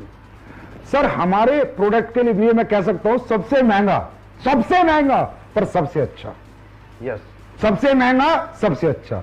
ये महंगा क्यों बनता है, इसके पीछे रीजन लोग जानना चाहेंगे, जानिए आप लोग। और आप लोग इसे सर्च करेंगे, आजकल गूगल बाबा है सारी नॉलेज देने के लिए। हर प्रोडक्ट में एक रॉ मटेरियल डलता है। अब रॉ मटेरियल की सोर्सिंग सबकी अलग अलग है। कोई एक्सट्रैक्ट से ही प्रोडक्ट बनाते हैं, एक्सट्रैक्ट खरीदते हैं। मान लो एक एग्जांपल देता हूं, अश्वगंधा का एक्सट्रैक्ट अगर आप 1 किलो खरीदोगे महिपाल जी तो 1200 रुपए किलो मिलेगा। 1200 रुपए किलो एक्सट्रैक्ट। रेशो मिलेगा 4:1, मतलब 4 केजी अश्वगंधा का 1 केजी एक्सट्रैक्ट है, 1 किलो एक्सट्रैक्ट है, और वो आपको कह रहा है जी 1200 रुपए में। और अगर आप अश्वगंधा को जड़ से खरीद के लाओगे तो रेट है 700 रुपए। अच्छा, 700 जड़ का। वो कह रहा है जी मैंने 700 रुपए का पाउडर बनाया है और मैं 1200 में दे रहा हूं। 2800 रुपए का 4 किलो का, 700 इंटू 4 किलो 2800, और मैं 1200 कैसे दे रहा भाई? या तो बैंगन की जड़ मिला रहा है, या उल्टी सीधी चीजें मिला रहा है, भूसा मिला रहा है, और रसगंधा का पाउडर दे रहा है। अब जो कंपनी प्रोडक्ट बनाती है उन्हें मजा आ रहा है, उन्हें 1200 रुपए किलो का अश्वगंधा मिलता है, डीएम वाटर मिलता है, बनाती हैं, प्रोसेसिंग करती है, बोतल भरती है, भेज देती है बाजार में। अश्वगंधा है नहीं, उसका नाम है। नहीं, अश्वगंधा है पर बहुत नाम आधी मात्रा में, आधी से भी कम मात्रा में मिलावटी। एक्सट्रैक्ट। हम लोग एक्सट्रैक्ट यूज नहीं करते। ओके। सबसे पहले हमारा प्रोडक्ट इसलिए महंगा होता है। कोई भी व्यक्ति हमारे फैक्ट्री में जाए, जयपुर में फैक्ट्री है, जाके देखे, हम एक्सट्रैक्ट यूज नहीं करते, हम रो हब्स यूज करते हैं। अब रो हब्स जो लोगों को 1200 में मिल रही है, जितनी भी कंपनी काम कर रही है सबको 1200 में मिल रही है, मुझे 2800 में मिल रही है। मेरा आंवला है, मेरा आंवला मध्य प्रदेश जंगलात से आता है। जंगली आंवला मैं यूज करता हूं। मैं ये आंवला जो आपका बाजार में बिकता है यूज नहीं करता, मैं जंगली आंवला यूज करता हूं। बाजार का आंवला 100 रुपए किलो है तो जंगली आंवला 400 रुपए किलो है। जिनसिंग है, जिनसिंग आप फैक्ट्री में किसी को भी भेजिए, अचानक भेजिए, अकस्मात भेजिए, किसी को भी बोला जाके निरीक्षण कर छापा मारे स्लीपेस की फैक्ट्री पे। एक कोरिया की जिनसिंग है जो 2500 रुपए किलो आती है, एक चाइना की जिनसिंग है, एक एग्जांपल है रेट का, 1000 रुपए किलो आती है। हम कोरिया की जिनसिंग यूज करते हैं। लेकिन दोनों है जिनसिंग, दोनों जिनसिंग है। स्पैरुलिना है, हमारा ओरिजिनल स्पैरुलिना, चाइना का स्पैरुलिना जो आता है ना सर 1000 रुपए किलो है, हम यूज करेंगे वो 5000 रुपए किलो के। एक एग्जांपल से बता रहा हूं। हमारा raw material quality upper level का है और रो है। रो हब्स यूज करते हैं, उन हब्स को हम उबालते हैं, फिर जड़ से लेके पूरा फल तक उसका काढ़ा निकालते हैं, फिर प्रोसेसिंग करते हैं, तब हम चीज बनाते हैं। तो प्रोसेसिंग, रॉ मटेरियल क्वालिटी, ये सबसे ज्यादा इफेक्ट होती है। एक एग्जांपल देता हूं, सब लोग सुनो, कोई एमडी इतना सच नहीं बोलेगा। तुलसी बाजार में आप किसी भी कंपनी से बनवाओ, तुलसी 20-25 रुपए में बना के दे देगा विद बोतल पैक। मेरी तुलसी का बिल, कोई भी आके मेरे पास आके देखे, मेरा बिल, मेरी जो कॉस्टिंग शीट है फैक्ट्री की, हमारी 75 रुपीज है। 75 रुपीज हमारी मैन्युफैक्चरिंग कॉस्ट है तुलसी की, तो मैं 308 में बेच रहा हूं। लोगों की तुलसी 20 रुपए में विद पैकिंग बन रही है। आप पूरी इंडिया की किसी भी सप्लायर से ले लो, 20 रुपए में डब्बा पैक करके तुलसी दे देगा। मेरी तुलसी की कॉस्टिंग है ना वो 75 रुपए है, और कोई भी आगे देख सकता है वो। अब क्यों है? अब बाजार की तुलसी के 10 बूंद और मेरी तुलसी का 1 बूंद। बिल्कुल है। तो सर या तो लोगों को लूट लो, बेवकूफ बना लो, या ईमानदारी से काम करना है तो फिर पैसे तो रखने ही पड़ेंगे। अब 75 की तुलसी और 25 की तुलसी में 5 गुना का फर्क हो गया महिपाल जी, 3 गुना का। तो मैं सर्वाइव कैसे कर जाऊं उस रेट पे बेच के? अगर आप चाहते हो उस रेट पे बेचूं तो मुझे कचरा बनाना पड़ेगा, मुझे पानी मिलाना पड़ेगा, घटिया प्रोडक्ट बनाने पड़ेंगे, वो मैं मरते दम तक नहीं बना सकता। तो सबसे महंगा सबसे अच्छा। सर आपने बहुत बढ़िया बताया। मुझे नहीं लगता कि आज हिंदुस्तान में क्या, पूरी दुनिया के अंदर किसी कंपनी का मालिक, किसी कंपनी का एमडी इतना खुल के मतलब सारी अंदर की बातें किसी को बता दे, ये लाजवाब है सर अपने आप में। और दूसरा आपने जो एक प्रोसेस बताया कि हम हब्स यूज करते हैं, रॉ मटेरियल, पूरी रो एक्सट्रैक्ट पाउडर नाम की कोई चीज बाजार से नहीं खरीदते। ये एक बहुत बड़ा राज है एसलीपीएस वेलनेस के प्रोडक्ट का रिजल्ट देने का। अरे महिपाल जी 500 रुपए का प्रोडक्ट भी महंगा है अगर काम का नहीं है तो। अब हमारा पेस्ट 199 का, दुनिया 50-50 रुपए में लेके आ गई। अब 50 रुपए में तू रेत मिला के पेस्ट बेच रहा है, क्या मतलब है उसका? कोई काम तो करे दांतों के लिए। वो 50 भी बेकार है ना, 500 रुपए भी बेकार है सर अगर काम का नहीं। देखो पैसा पैसा ही होता है। अगर उसके यूज में आ गया तो पैसा वसूल हो गया, अगर यूज नहीं आया तो कम पैसा भी बेकार है। सर किसी के घुटने का दर्द है 15,000 रुपए में ठीक हो गया, 1.5 लाख की बजाय, प्रोडक्ट महंगा रहा सस्ता रहा, ये बताओ। किसी का हार्ट का ब्लॉकेज खुल गया, 20,000 रुपए के हमारे प्रोडक्ट लेके, प्रोडक्ट महंगा रहा सस्ता रहा। बहुत सस्ता रहा। किसी का 90% लीवर खत्म है, वो हमारे प्रोडक्ट से लीवोडॉग से ठीक हो गया, प्रोडक्ट महंगा रहा सस्ता रहा। अगर देखा जाए तो दुनिया का सबसे सस्ता प्रोडक्ट है ना, वो एस्लीपियस के पास है, जो लाखों का काम मात्र चंद रुपयों में लोगों का हो जाता है। तो दुनिया का सबसे अच्छा और लोगों के लिए सबसे सस्ता प्रोडक्ट अगर मैं कहूं तो एस्लीपियस के पास। सर एक मनीष महिला जी हैं जो ये पूछना चाह रहे हैं कि हम डॉक्टर्स नहीं है ना, हमारे पास डॉक्टरी का कोई लाइसेंस है, क्या बिना लाइसेंस के हम इस प्रोडक्ट को प्रमोट कर सकते हैं? बिल्कुल बेच सकते हो, धुआंधार बेच सकते हो। ओटीसी प्रोडक्ट होते हैं, ओवर टू काउंटर प्रोडक्ट। दो तरह के होते हैं, प्रिस्क्रिप्शन ड्रग्स होती है, प्रिस्क्रिप्शन मेडिसिन होती है, ओटीसी होती है। जैसे विको वज्रदंती बाजार में आप खरीदने जाओगे तो उस पर भी सेफ आयुर्वेदिक प्रोप्राइटरी मेडिसिन मिलेगा, जिसे हर परचून का दुकानदार बेच रहा है। अब परचून का दुकानदार डॉक्टर तो नहीं है। च्यवनप्राश आप कंपनियों को लेने जाओगे तो उसमें सेफ आयुर्वेदिक प्रोप्राइटरी मेडिसिन मिलेगा, जिसे हर एक दुकानदार बेच रहा है, हर गली मोहल्ले का दुकानदार बेच रहा है। अब वो डॉक्टर तो नहीं है। ओटीसी कैटेगरी का प्रोडक्ट कोई भी किसी को भी प्रमोट कर सकता है भारत सरकार के कायदे और नियम के अनुसार। हाँ, जो प्रिस्क्रिप्शन ड्रग्स है, जैसे वट्टी है, भस्में हैं, उस तरह के बहुत से प्रोडक्ट आयुर्वेद में होते हैं जो हम लोग नहीं बनाते, उन्हें हम कहेंगे क्लासिकल मेडिसिन। क्लासिकल मेडिसिन दोस्तों हम प्रमोट नहीं कर सकते, सेफ आयुर्वेदिक प्रॉपर्टी हम सब प्रमोट कर सकते हैं, और पूरी हिंदुस्तान की सारी कंपनियां कर रही हैं। ये सब आपके सामने। मतलब ये प्रोडक्ट हम आराम से किसी भी ओवर टू काउंटर, इसको कहते हैं ओटीसी प्रोडक्ट जी। सर यहां तक आपका सेशन के बाद एक मेरा सवाल है, और ये सवाल बहुत अच्छा सवाल है। आज एस्लीपियस वेलनेस का फाइटर, या मैं भी, हम किसी को भी अपने प्लान के बारे में जब बताते हैं तो सामने वाला ज्वाइन करे या ना करे, किसी को 5 साल का एक्सपीरियंस है, 10 साल का एक्सपीरियंस है, फिर भी एक चीज पे सल्यूट करके जाता है कि उस आदमी को सलाम करते हैं जिस आदमी ने प्लान बनाया है। मतलब लोग बहुत ज्यादा इंप्रेस हैं इस प्लान को, और वो एक चीज बोलते हैं कि ये प्लान नहीं है, ये हिंदुस्तान डायरेक्ट सेलिंग की कंपनियों का निचोड़ का एक प्लान है। मैं ये जानना चाहता हूं इस प्लान का आइडिया आपके दिमाग में कैसे आया? भाई वही बात है, जिसने किया होगा कर्म उसको ही पता होंगे अपने धर्म। तो मैंने कर्म किए थे, डायरेक्ट सेलिंग की थी। मैं कोई वो तो नहीं हूं इंडस्ट्रियलिस्ट की आगे सीधा डायरेक्ट सेलिंग कंपनी खोल ली। तो जो दर्द, जो तकलीफें मुझे हुई थी, जैसे फॉर एग्जांपल हम लोग पैसे कमाते थे तो जितने आते थे उतने खर्चा हो जाता था। 2-2 साल तक हमारे घर वाले पूछते थे भाई क्या कमाया, तो हम बोलते थे और रुक जाओ बस आने वाला है। उस ना तो वो कभी आया ना हम कभी रुके, तो आखिर में घर वाले नेगेटिव हो जाते थे, परेशान हो जाते थे। क्योंकि देखो एक डायरेक्ट सेलर का खर्चा तो होता है, इसमें कोई डाउट नहीं है, खर्चा तो होता है। आपने दिवाली बोनस सुना है? हाँ। मतलब आदमी पूरी साल की तनख्वाह को इतनी वैल्यू नहीं देता जितनी दिवाली बोनस को देता है। और दिवाली बोनस से वो बच्चों की 100% गिफ्टें लेके आता है, घर में कुछ ना कुछ खुशियां आती हैं। बस यही मैंने सोचा कि एक जो हम सेल्स इंसेंटिव देते हैं यार, ये तो खर्चा हो जाए लोगों का, पर सेल्स परफॉर्मेंस बोनस बच जाए, लोगों का बोनस बच जाए। तो आज हमारी कंपनी में क्या है, 300 की टीम भी बनाता है ना तो 1.5-2 लाख घर दे देता है। तो आज हमारी कंपनी की ग्रोथ का कारण क्या है कि घर वाले बच्चों के साथ आ गए। वो कहते हैं अरे वाह बेटा 6 महीने में तूने 2 लाख दे दिए, 6 महीने में 1.5 लाख दे दिए। और जहां हम काम करते थे सर, हम 2-2 साल 2 रुपए नहीं दे पाए। उल्टा हमारी तो बीवी ये कहती थी कि बर्बाद करने के लिए तूने काम शुरू किया है, क्योंकि हमने तो अपना फंड में निकाल के लगा दिया था। तो ये कारण है। दूसरा अपने फैमिली ट्रिप वगैरह सर, वो देखे ऐसा है, वही बात है जिसने कि कर्म वो जानता है तकलीफें। जब हम रात को काम करके 12 बजे आते थे तो खाना गरम बीवी देती थी, जब हम उठते थे बच्चे स्कूल चले जाते थे। तो कहीं ना कहीं फैमिली का बहुत बड़ा रोल होता है। अब हमें तो कंपनियां घुमा रही है, थाईलैंड जाओ, दुबई जाओ, स्विट्जरलैंड जाओ, फलानी जगह जाओ। अरे भाई परिवार तो सबसे बड़ी ताकत है, जो हम हैं आज उन्हीं की वजह से, तो उन्हें भी तो घुमाना बनता है। तो देने को तो मैं 1 टिकट भी दे सकता था, लेकिन मैंने 4 टिकट दिए, because Asclepius is a family company. तो आज जब हमारे लोगों के माँ बाप घूम के आते हैं, 20 बच्चे घूम के आते हैं, तो उन लोगों को आते ही कहते हैं अरे भाई वाह क्या काम किया आपने। तो हमने सबको इसलिए घुमाया कि लोगों, उनकी बीवी और बच्चों को लगे कि तुम्हारा पिता या तुम्हारा पति रियली कोई दुनिया की नंबर 1 डायरेक्ट सेलिंग कंपनी में काम करता है, और ये काम सबको करना चाहिए। किसी ने सवाल पूछा है कि हम यहाँ पे करियर लगाना चाहते हैं, लेकिन ये जानना चाहते हैं कि क्या ये मैथमेटिकली कैलकुलेटेड है जिससे कि अपना करियर यहाँ पे लगाया जा सके। देखिए बिल्कुल, जिसने भी सवाल पूछा बहुत जेन्युइन सवाल है। अगर कंपनी को अगले 100 साल तक चलना है, 200 साल तक चलना है, 500 साल तक चलना है, तो सिर्फ फिगर से काम नहीं चलेगा। मैथमेटिकली कंपनी को 100% कैलकुलेट होना पड़ेगा।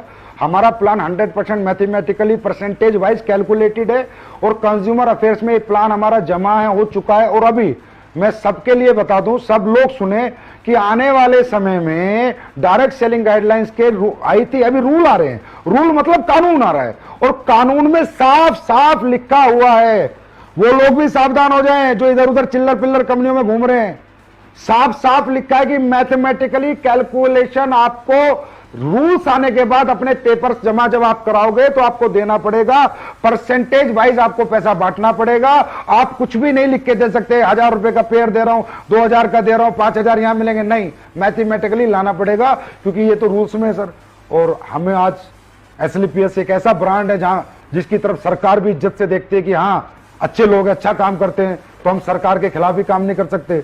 तो सीधी सी बात है, सरकार ही मैथमेटिकली मांग रही है तो हमें मैथमेटिकली में आना है। हम आ चुके हैं और हमेशा रहेंगे भी। जिंदगी जीने में उतार चढ़ाव बहुत आते हैं, कभी चढ़ाव भी होता है, कभी उतार भी होता है, लेकिन वजह क्या है कि एसएलपीएस वेलनेस लास्ट 6 साल से एक एक्सपोनेंशियल ग्रोथ पे चल रही है। इसकी वजह कोई आप किस चीज को मानते हैं? इसकी वजह हम आपको मानते हैं। नहीं, ये तो सिर्फ आपका बड़प्पन है। इसकी वजह हम जनता को मानते हैं, जनता जनार्दन को मानते हैं, हाथ जोड़ के प्रणाम करते हैं। वो कस्टमर हमारे जो खुश हैं और वो लीडर जो हमारे खुश हैं और वो प्रोडक्ट हमारे जिन्होंने वो रिजल्ट दिए मार्केट में, जिससे आज ये इज्जत मान सम्मान आपका प्यार मिलता है और हर दिन हम आगे बढ़ते हैं।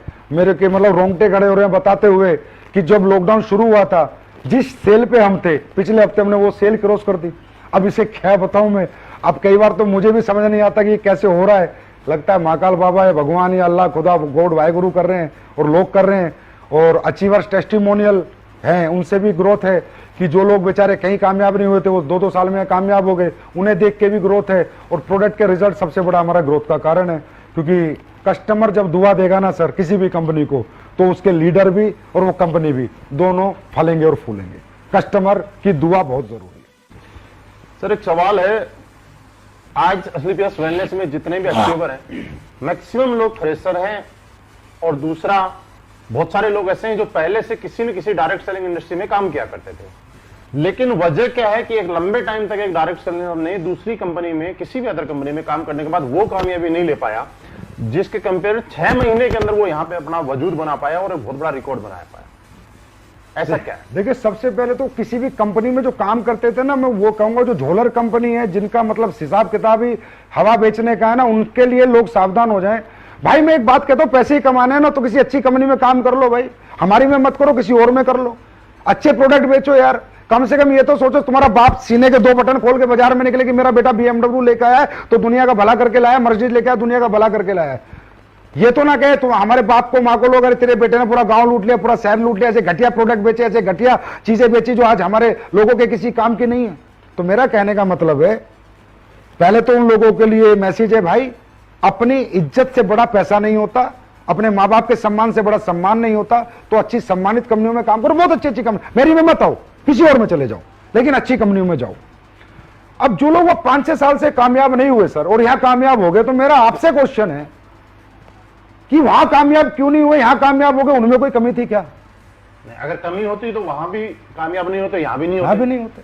मतलब कमी उनमें नहीं थी, कमी प्लेटफॉर्म में थी, कमी प्रोडक्ट में थी, कमी पे आउट में थी, कंपनी मैनेजमेंट में थी, कंपनी ट्रेनिंग सिस्टम में थी, कंपनी लीडरशिप में थी। वो सारी चीजें उन्हें यहां पर मिली। उनको यहां पर देखो, डायरेक्ट सेलिंग में लीडर पैसा कब कमाएगा? जब कस्टमर उसके प्रोडक्ट को प्रमोट करेगा, ना कि नेटवर्कर।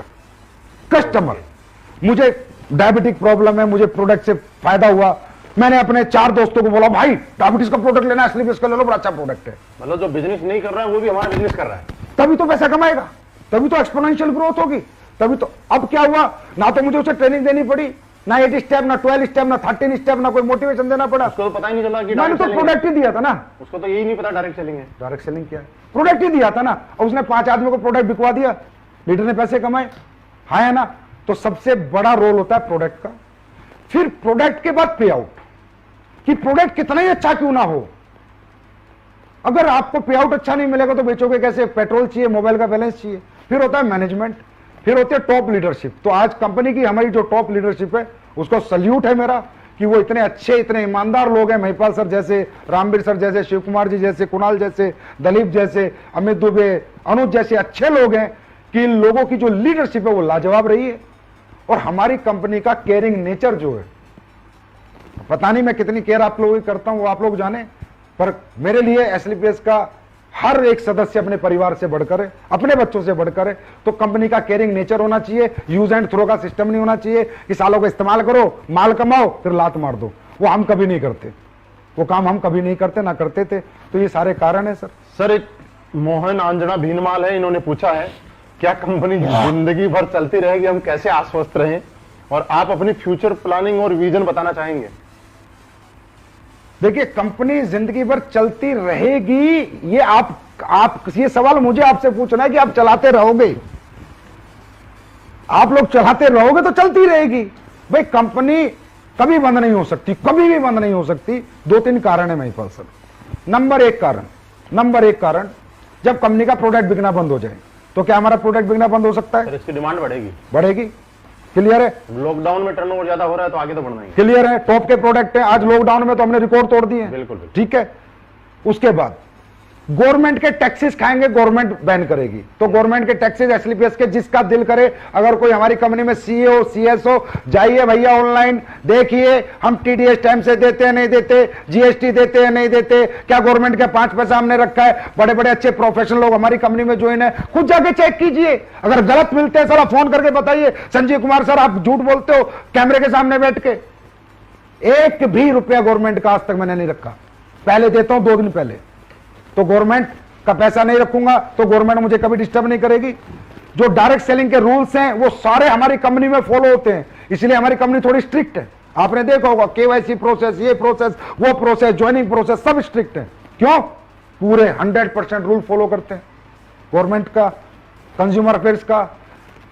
अपग्रेडेशन कंपनी का टाइम टू टाइम करते हैं। और भैया अगर कंपनी को जाना ही होता तो कंपनी इतनी बड़ी बड़ी मैन्युफैक्चरिंग यूनिट क्यों लगाती है? मैंने पहली जो यूनिट बनाई थी उसमें लगाए थे मेरे ख्याल 12 करोड़, फिर अभी जो यूनिट बनाई है उसमें लगाए 7-8 करोड़, और अब एक यूनिट आपकी और बन रही है जो 50 करोड़ की बन रही है, जो इस साल बन के तैयार होगी। 50 करोड़ 50 करोड़ महिपाल जी जयपुर में बन रही है। मतलब आप ये देखिए 2200 9 दूनी 18,000 1 लाख स्क्वायर फीट की, 1-1.5 लाख स्क्वायर फीट की फैक्ट्री बन रही है बड़ी। इस फैक्ट्री को हम बना रहे हैं बाहर की कंट्रीज के लिए। बाहर की कंट्रीज में जो हमारा प्रोडक्ट जाएगा, क्योंकि वहां पैकेजिंग के कई लफड़े हैं, तो पैकेजिंग अच्छी हो। तो कहीं ना कहीं आप ये मैसेज दे रहे हैं कि आने वाले टाइम में हम विदेशों में भी काम करेंगे। तो मैं 50 करोड़ रुपए की फैक्ट्री क्यों बना रहा हूं? इसलिए बना रहा हूं आके कोई भी आओ जयपुर में देखो, पहली छत डल चुकी है, दूसरी डलने वाली है अभी। कितनी बड़ी फैक्ट्री बना रहा हूं। तो अगर मैं 3 फैक्ट्री बना रहा हूं, अच्छा ये बताओ, ये 10-12 करोड़, ये 6 करोड़, ये 50 करोड़, ये 60-70 करोड़ रुपए थे, तो मैं प्लॉट खरीद लेता, फ्लैट बना लेता, गाड़ियां खरीद लेता, विदेशों में अपनी प्रॉपर्टी खरीद लेता। अगर मेरा विजन ही ना होता, मैं फ्यूचर ही ना देखता, मैं और कंपनियों की तरह, अब वो और कंपनियां बोलती हैं अपनी मैन्युफैक्चरिंग यूनिट लगाने का क्या मतलब है? अबे मतलब है ना, खर्चा करना पड़ता है, साला लगा के दिखाओ, इधर उधर से माल ले रहे हो, अपना कुछ है क्या? अपना कुछ ला के दिखाओ, अपना माल बना के दिखाओ, पैसा लगेगा। 70 करोड़ लगाया इधर, 70 करोड़ विदेशों में इन्वेस्ट कर देता संजीव कुमार, लेकिन नहीं, ये जनता की कंपनी है, मैंने जनता के लिए बनाई है, पब्लिक के लिए बनाई है, और हमेशा पब्लिक के लिए ये कंपनी जिंदाबाद रहेगी, और मैं ऐसे ही पैसे खर्चा करता रहूंगा। तो 3 यूनिट बनाई है, 70 करोड़ लगाए हैं, तो इसका मतलब फ्यूचर है, विजन है, चलना है, लोगों को कैरियर देना, भविष्य देना, इसलिए तो लगाए। कंपनी का ये मैनेजमेंट देखा आपने। और एक कंपनी बंद होने का एक सबसे बड़ा जो कारण होता है महिपाल जी, राज की बात है, अगर इधर उधर इल्लर पिल्लर कंपनी में काम करो तो उन डायरेक्टरों से जाके पूछ भी लेना कभी। एक आईडी आती है एक कंपनी में, मान लो 14,000 15,000 की, तो आईडी ना डिस्ट्रीब्यूशन होती है, टैक्स का पैसा टैक्स में, प्रोडक्ट का पैसा प्रोडक्ट में, कंपनी का पैसा कंपनी के प्रॉफिट में, कंपनी के प्रॉफिट में, लीडर का पैसा लीडर को, टूर का पैसा टूर को।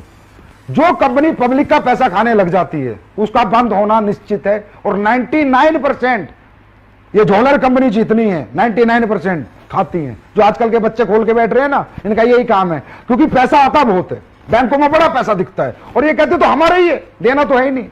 ऐसे नहीं होता, ऐसे ही ये कंपनियां चल नहीं पाती। अब जैसे मैं अपने बताता हूं, एसबीआई बैंक में मेरा अकाउंट नंबर में अगर कोई चेक कर सकते तो चेक कर लेना, कंपनी के टूर के पैसे हैं। आईसीआईसी बैंक में sales incentive, sale performance, government के टीडीएस के पैसे हैं। एक्सिस बैंक में मेरा पूरा जीएसटी का पैसा है, एक एग्जांपल बता रहा हूं, समझे। एचडीएफसी में मेरा प्रोडक्ट के वाले को पैसा जाता है, और कोटेक का जो अकाउंट है वो मेरा है, मेरा प्रॉफिट आता है। इस तरह हम डिस्ट्रीब्यूट कर देते हैं, आपके 100 एसपी आते ही ऐसे बांट देते हैं।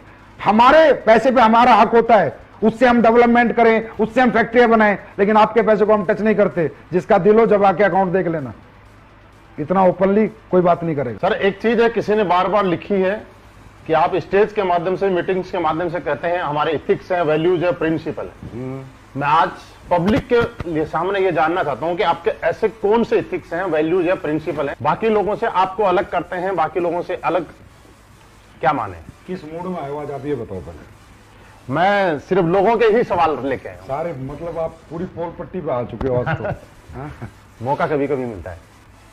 महिपाल जी, हमारे एथिक्स और वैल्यूज अलग हटके हैं, जो आज तक 20 साल 25 साल से जो त्रस्त रहे हैं, नेटवर्क कर परेशान रहे हैं, कंपनियों से तकलीफें रही हैं ना, वो तकलीफें देखो हमने प्रोडक्ट से, पे आउट से दूर की हैं और अपने कुछ प्रिंसिपल से दूर किए हैं।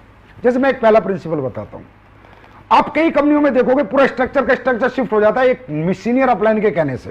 कंपनी का एक टॉप अपलाइन जिसका धंधा सबसे ज्यादा आता है, वो डायरेक्टर को आता है, जाके डराता है, ये बंदे का धंधा इधर कर दो। डायरेक्टर कहता है भाई साहब हाँ, क्योंकि तुम्हारे धंधा सबसे ज्यादा आता है, तुम्हारे सलूट हम कर देंगे। इधर ऐसा नहीं चलता। हमारी कंपनी में अगर आपने अपनी आईडी ग्रीन करा दी, इस पूरी पृथ्वी पर कोई ताकत नहीं है उस आईडी को डीएक्टिवेट करा दे बिना आपकी मर्जी के। आपका मर्जी नहीं, मेल नहीं चलती, आपका स्टैंप पेपर होता है, 100 रुपए का नोटरी होके आपका साइन मैच होता है कि ये आदमी जो एक्टिवेट करा रहा है यही है, कोई और है। एक आईडी की मैं ताकत बता रहा हूं, एक आईडी नहीं है, एक आदमी का फ्यूचर है सर, यहाँ कैरियर है। ऐसे तो कल को कोई भी लीडर घमंड में आके किसी को लड़ाई हो जाए तो किसी को भी बर्बाद कर देगा, तो वो बर्बाद हमारे यहाँ कोई लीडर किसी को नहीं कर सकता, कोई शिफ्टिंग नहीं कर सकता, क्रॉस लाइनिंग यहां पर नहीं होती। आपने भी देखा होगा, 4-5 साल से आप हमारे साथ हो। क्रॉस कितना ही बड़ा लीडर हो, कितना ही बड़ा बिजनेस दे रहा हो, मुझे कोई बिजनेस से लेना देना नहीं, बात है लोगों की जिंदगियों की। क्रॉस लाइनिंग नहीं होगी जब तक रियल, हाँ कोई ऐसा केस है कोई छोड़ छाड़ के चला गया, उसके लोग फिर आना चाहते हैं, वो एक अलग बात है, लेकिन अगर रियल इथिकल बंदा है उसके साथ कभी भी गलत नहीं होगा। हमारे यहां कोई रिन्यूअल फीस नहीं हुई, पहले दिन से कोई रिन्यूअल हमने नहीं लिए हमारे यहां पर। और तो छोड़ो सर, फ्रेंचाइजी लेने वाले लोग हैं ना, कोई सिक्योरिटी फीस नहीं लेते हम। अच्छा, हाँ जी। और फ्रेंचाइजी के एग्रीमेंट में ये लिखते हैं कि भाई तेरा प्रोडक्ट बिकता है तो ठीक, नहीं बिकता तो 1 साल बाद देके जा, पैसे लेके जा। 5 पैसा लायबिलिटी एसलीपीएस वेलनेस पे हिंदुस्तान में कोई नहीं कह सकता। ये हमारे एथिक्स हैं। हमारे एथिक्स हैं कि अगर आप हमारी कंपनी छोड़ के भी चले जाते हो तो भी हम आपको फोन करके आपका सारा बचा हुआ पैसा देते हैं।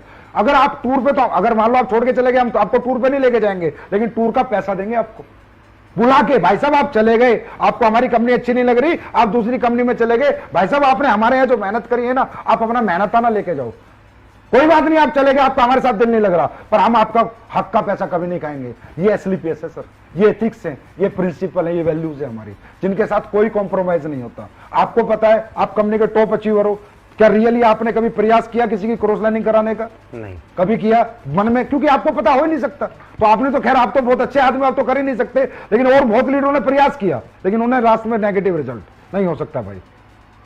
अगर किसी के 2 लाख चल गए और वो भैंस भी चराएगा ना, तो भी हमारे यहां से चेक जाता है। और कंपनियों में क्या होता है, लीडर आते हैं आगे बोलते हैं सर वो तो भैंस चरा रहा, उसके 2 लाख चल रहे, पैसे आ रहे, इसकी आईडी बंद करो, इसको ऐसे करो। हम बोलते हैं भाई जब वो आया था ना तो तुमने यही कहा था कि अगर तेरे 2 लाख चल गए तो तेरी जिंदगी बदल जाएगी। अब बेचारे की बदल गई तो यार तुम्हें क्या तकलीफ है? तो दोस्तों निश्चिंत रहो, आपकी आईडी आपकी है, इसे कोई भी हिला नहीं सकता। एक संजय कुमार है, एक मनीष जयपुरी है, जो पूछते हैं आज एसलीपीएस की कॉपी मार्केट में बहुत आ रही है उनके बारे में क्या कहना चाहेंगे आप? देखो आप यहां तक कि लोगो भी बना रहे हैं उसमें भी कॉपी, फोल्डर बना रहे हैं उसमें भी कॉपी, डब्बे का डिजाइन बना रहे हैं उसमें भी कॉपी। भैया तो मान ले भाई हम हिट हो गए, है ना। कॉपी किसकी होती है? जिसमें कुछ होता है, जिसमें कुछ होता है, ओरिजिनल है हम। देखिए कॉपी करने वालों को मैं सलाह दूंगा कि आप अपने खुद के आइडियाज लाएं, ऐसे आप बड़े नहीं बन पाएंगे, आप लोगों का फ्यूचर खराब कर लेंगे, लोगों की जिंदगियां खराब कर देंगे। आप वही खेल खेलेंगे जो आज से 20 साल से लोग खेलते रहे और डायरेक्ट सेलिंग इंडस्ट्री बदनाम होती रही, क्योंकि आप लोगों ने भागना ही भागना है। अब नहीं तो क्योंकि हमारी कॉपी हो नहीं सकती महिपाल जी। पहली बात, हमारी कॉपी करने के लिए 4-4 मैन्युफैक्चरिंग यूनिट लगाओ, हमारी कॉपी करने के लिए हमारी प्रोसेसिंग लाओ, हमारी कॉपी करने के लिए हमारे प्रोडक्ट में क्वालिटी लाओ, वो क्वालिटी दो जो हम देते हैं, देके दिखाए कोई। ट्रेड सीक्रेट हमारे पास है ना, हम कैसे प्रोडक्ट बनाते हैं, फॉर्मूला हमारे पास है ना। पेप्सी को कोई कॉपी कर पाया आज तक? आज तक नहीं कर पाया। एप्पल को कर पाया कोई आज तक? बड़े बड़े बिरले बैठे हैं, क्यों? फिर भी लोग एप्पल के दीवाने हैं। अगर पीछे सेब कटा हुआ मोबाइल पे चिपकाने से हर आदमी एप्पल बन जाता तो फिर तो सभी साले एप्पल बन जाते। एप्पल की शक्ल के कुछ मोबाइल आए थे तो शायद बंद भी हो गए, है ना। तो एप्पल नहीं बन सकते ना, तो आप एसलीपीएस तो बन ही नहीं सकते ना। तो आप कितनी मर्जी कॉपी कर लो। अच्छा, कॉपी करने से होता क्या है कि जो बेचारी, वही मैंने कहा ना, वो बच्चा जो पहली बार सेमिनार देखा है, नया नया आया है, वो नहीं ना समझ होता है। उसको दिखाओ दे कैसे प्लान है, जैसा एसलीपीएस कैसे प्रोडक्ट है, वो बेचारा बेवकूफ बन के घुस जाता है। ट्रेड सीक्रेट हमारे पास है, ठीक है। अब हमारा प्लान कॉपी कर लिया भाई, मैथमेटिकली कैलकुलेशन लाओ। अब कॉपी करना आसान है, देना मुश्किल है ना। अरे तुम लिख दोगे, लिखना आसान है, पर देने में हाथ कांपते हैं। वो मैं कहता हूं ना, वहां जिगर नहीं चाहिए, जिगरा चाहिए। तो भाई क्या तुम इस कैपेबल हो, इतना पैसा दे सकते हो जितना लिखते हो? बस कॉपी एसलीपीएस का वो छाप दिया फोल्डर, और अच्छा कई कंपनी तो ऐसी है 19वां लेवल, 20वां लेवल। अरे भाई पहले 10-20 लेवल देते तो। और दूसरी बात है, इनका आश्रय भी बुरा होने वाला है। अच्छा मैं बता रहा हूं, ऐसी कंपनी का कोई मालिक सुन रहा हो तो ध्यान से सुन। अभी डायरेक्ट सेलिंग गाइडलाइंस में रूल्स, उन रूल्स के अंदर मैथमेटिकली कैलकुलेशन चाहिए प्लान में।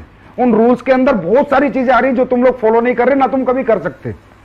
सही है, इसके लिए बहुत ज्यादा मैनेजमेंट, बहुत ज्यादा पैसा चाहिए। और अच्छी बात बताता हूं तुम लोगों को मेरे बच्चों, रूल्स के अंदर मैं पूरी ताकत लगा रहा हूं, 10 करोड़ की सिक्योरिटी डलवा रहा हूं कि जो भी नई एमएलएम कंपनी चल रही है सबको 10-10 करोड़ देने पड़ेंगे। मैं पूरी ताकत लगा रहा हूं, 10-5 तो डलवा ही दूंगा। तो उतना जुगाड़ रखना, तब जाके चला पाओगे। लोगों की जिंदगी बर्बाद मत करो। मतलब लोगों के लिए आप डर पैदा कर रहे हो। अरे सर मैं सच बता रहा हूं, रूल्स बन रहे हैं, उनमें सिक्योरिटी लग रही है। वो सिक्योरिटी इसलिए ले रही है गवर्नमेंट में बात भविष्य है इनमें। सर आप ये समझो, कोई उल्लर पुल्लर आया, कंपनी खोल के बैठ गया, 2 कमरे के एक जगह ली, एक सॉफ्टवेयर बनाया, एक प्रोडक्ट वाले से बात करी, कंपनी खोल के बैठ गया। अरे कंपनी भविष्य है भाई। लोग अपनी बीबीए, एमबीए, एलएलबी छोड़ के तुम्हारे साथ जिंदगी लगाते हैं यार, उनकी जिंदगी की कोई जिम्मेदारी नहीं है क्या? तो भारत सरकार भी ये रूल बना रही है कि जो भी कंपनी आएगी उसको बड़ा अमाउंट सिक्योरिटी देगी तो ही चला पाएगी, नहीं तो नहीं चला पाएगी। और एक संजीव कुमार इसका समर्थन में खड़ा है। कुछ लोग समर्थन नहीं कर रहे हैं, लेकिन मैं इसके समर्थन में हूं कि अंदर की बात सब सुन लो आराम से, कोई दिक्कत नहीं। एक श्री राम बिश्नोई भवानी सिंह जी हैं जो ये पूछते हैं कि सर 2 महीने हो गए प्लान दिए जा रहे हैं, 60 से ज्यादा प्लान दिए, अभी तक ज्वाइनिंग नहीं आई, क्या करें? देखिए सबसे पहले क्वेश्चन बहुत अच्छा है, और बेटा आपको ये समझना है कि 60 प्लान से ज्वाइनिंग नहीं आती। प्लान आपने दिए किसको है पहले तो ये देखो। 3 तरह की लिस्ट होती है मार्केट में, A क्लास, B क्लास और C क्लास। C क्लास वो लोग होते हैं जो एडजस्टमेंट सेटिस्फेक्शन के लोग होते हैं और जिन पे पैसा नहीं होता।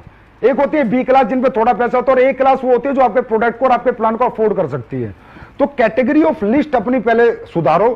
आप उन लोगों को प्लान दो जिनकी जेब में पैसा है और जिन्हें प्रोडक्ट की जरूरत है। देखो आप जाके रिक्शा वाले को प्लान दोगे, आप 60 क्या 600 प्लान दे दो, वो कहां से पैसे देगा?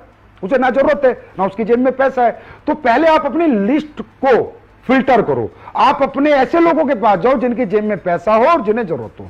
दूसरा, आपका प्रेजेंटेशन परफेक्शन होना चाहिए। ऑब्जेक्शन के सॉल्यूशन आपको आने चाहिए। एजुकेशन आपके पास प्रॉपर होनी चाहिए। देखिए कोई भी आदमी अपना भविष्य उस आदमी के हाथ में नहीं देगा जिस आदमी को वो अपने से कमजोर आंकता हो। तो आप इतने अच्छे कपड़े पहन के जाएं, इतने मजबूत होके जाएं, इतनी अच्छी बातें लेके जाएं कि सामने वाले को लगे कि इसके हाथ में अगर अपना भविष्य दे दिया तो ये मेरी जिंदगी बना देगा। तो आपको इस मजबूती से अपने आप को एजुकेट करना है और अपनी पर्सनैलिटी को निखारना है और अपनी लिस्ट को फिल्टर करना है। आपको 100% रिजल्ट आएगा अगर आप उन लोगों के पास जाओगे जिनकी जेब में आपका प्रोडक्ट खरीदने के लिए पैसा है। बहुत बढ़िया सर, ये सारी चीजें हो गई बिजनेस से रिलेटेड। मैं आपसे कुछ पर्सनली चीजें पूछना चाहता हूं, अगर आपकी इजाजत हो तो। पूछो सर। आपकी जिंदगी का कोई ऐसा पल जिसको याद करके आप बड़ा अंदर से कोई दुखी महसूस होते हो? कोई दुखी पल? नहीं, दुखी पल आज तो नहीं है, पहले कभी था। हाँ, जिंदगी का कभी? सर मैंने जब नेटवर्किंग शुरू करी ना तो मैं आर्मी में था। अब फौज की सरकारी नौकरी ना मैंने लाइन लगा के छुड़वाई लोगों की, बहुत नौकरियां छुड़वाई। और उसके बाद जब मैंने वो कंपनी छोड़ दी और मैं 2 साल जब खुद भी नाकारा निकम्मा हो गया, बेकार हो गया, तो वो लोग बेचारे बड़े दुखी हुए। किसी ने सिक्योरिटी की नौकरी करी सर, किसी ने टीचर लगा, मतलब सबको मैं सपने, मतलब आप नाना करते आप 150 लोग मान लो सर जिनकी नौकरी मैंने सरकारी नौकरी छुड़वाई मोटिवेट करके, अरे मैं तुम्हारी जिंदगी बदल जाएगी, नेटवर्किंग ये कर देगी। और जब वो लोग कामयाब नहीं हुए ना सर, तो उनको फेस करना, उनसे बात करना मेरे बस की नहीं था। और मैं अपने आप को बड़ा दुखी महसूस करता था कि साला तूने तो पैसा कमा लिया, इनकी जिंदगी बर्बाद क्यों करी। तो मेरे जीवन में सबसे दुखी पल वही था सर। अब तो नहीं है क्योंकि वो सब लोग कामयाब हैं। इसी के अपोजिट एक सबसे खुशी का पल क्या है? कोई ऐसी चीज जो आपका शौक हो, जिस काम को करने में आपको बड़ा अच्छा लगता हो?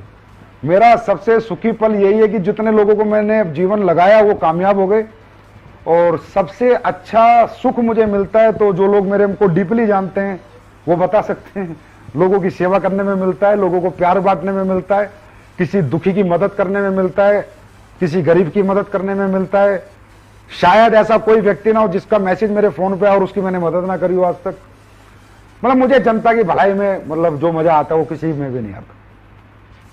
बेस्ट है मेरे लिए। मतलब I am 100% satisfied person in my life with my ethics and with my values and with my principles कि मैं जैसे काम करता हूं, जैसे जिंदगी जीता हूं, मैं बेहतरीन जिंदगी जीता हूं। वो हेलीकॉप्टर, याट और पानी के जहाज वो मुझे कुछ नहीं बनाने, मुझे लोगों की जिंदगियां बनानी है। मैं बनाता रहूंगा, मैं लड़ता रहूंगा, मैं चलता रहूंगा, कुछ भी हो जाए। जिसने दिल से काम किया उसको कभी यहां से निराशा हाथ नहीं लगेगी, और मैं लोगों की सेवा करता रहूंगा। यही कारण है कि आज असली पेस वेलनेस देश के साथ, लोगों के साथ जहां भी जरूरत हो वहां अपना जितना हो सके उससे भी ज्यादा करने की कोशिश कर रही है। अब देखो, देश तो सर्वोपरि है बड़े भाई। अगर देश नहीं रहेगा तो कौन सी असली पेस, कौन सी दिल्ली, कौन सी मुंबई? देश सर्वोपरि है। मैं तो कहता हूं हर आदमी को देश सेवा में बढ़ चढ़ के हाथ लेना, बढ़ चढ़कर सहयोग करना चाहिए। अरे देश है तो हम पैसा कहां से कमा रहे हैं भाई? हिंदुस्तान के लोगों से, पाकिस्तान के लोगों से? सही है, हिंदुस्तान। फिर हम रह किसकी जमीन पर? हिंदुस्तान की। तो देश के लिए नहीं खड़ा होना चाहिए क्या? अरे देश तो ये कोई दिखावा नहीं है कि संजीव कुमार ने पीएम केयर फंड में दिया तो अपने आप को प्रमोट करने के लिए दिया, या संजीव कुमार ने किसी को मास्क बांटे तो प्रमोट करने के लिए दिए। अरे यार, देश है तो संजीव कुमार है ना, देश नहीं तो संजीव कुमार थोड़ी है। और इसलिए तो मैं कहता हूं, चला हमारे देश के लोग ऐसे गलत लोगों का साथ देते हैं, इतने गंदे लोगों का, जो लोगों को लूट रहे हैं, लोगों को बेवकूफ बना रहे हैं। अरे हिंदुस्तान के लोग इन्हें क्यों लूट रहे हो? ऐसे निकम्मे लोगों से सबसे मैं कहूंगा कि जो भी लोग देश के साथ गद्दारी करते हैं, और गद्दारी में क्या है? गलत चीजें बेचना, मिलावटी चीजें बेचना, गलत वादे करना, गलत धोखा देना, मोटिवेट करके आडंबर में फंसा के रखना। तो पाकिस्तान वालों को फंसाओ ना। तो भाई देश तो सर्वोपरि है महिपाल जी, और मेरे लिए था, है और जीवन भर रहेगा। आज सर हिंदुस्तान में बहुत सारे लोग आपसे इंप्रेस हैं, आपसे प्रभावित हैं, आपकी गाइडलाइन के तहत चल के और बहुत अच्छी कामयाबी ले रहे हैं। लेकिन ये जानना चाहते हैं कि आज इस लेवल पे आने के बाद, और खुद ही इस लेवल पे नहीं, अपने साथ में इतने लोगों को इस लेवल पे लाने के बाद, आपकी जिंदगी का कोई सैक्रिफाइस रहा होगा? कुछ छोड़ दो, टाइम भी हो गया। मतलब ये खास सवाल है लोगों के लिए, क्योंकि लोग, हर आदमी के सपने हैं, आगे बढ़ना चाहते हैं। देखिए, वो जानना चाहते हैं कि कोई ऐसा सैक्रिफाइस जिसकी वजह से आज आप यहाँ पे अपने आप को मानते हैं। देखिए महिपाल जी, सेक्रीफाइस करे बिना आप सक्सेस नहीं हो सकते। बिल्कुल, सेक्रीफाइस बहुत इंपॉर्टेंट पार्ट होता है लाइफ का। मेरी लाइफ का सबसे बड़ा सेक्रीफाइस सर मेरा नहीं है, मेरे बीवी और बच्चों का है। मैं रियल बताऊं तो मेरा कोई सेक्रीफाइस नहीं है, सेक्रीफाइस उनका है। क्योंकि जब मैं स्लीपियस वेलनेस को 9 नवंबर 2014 को बना रहा था तो मैं जयपुर रहता हूं। बेसिकली मेरा घर परिवार सब जयपुर रहता है। ओके।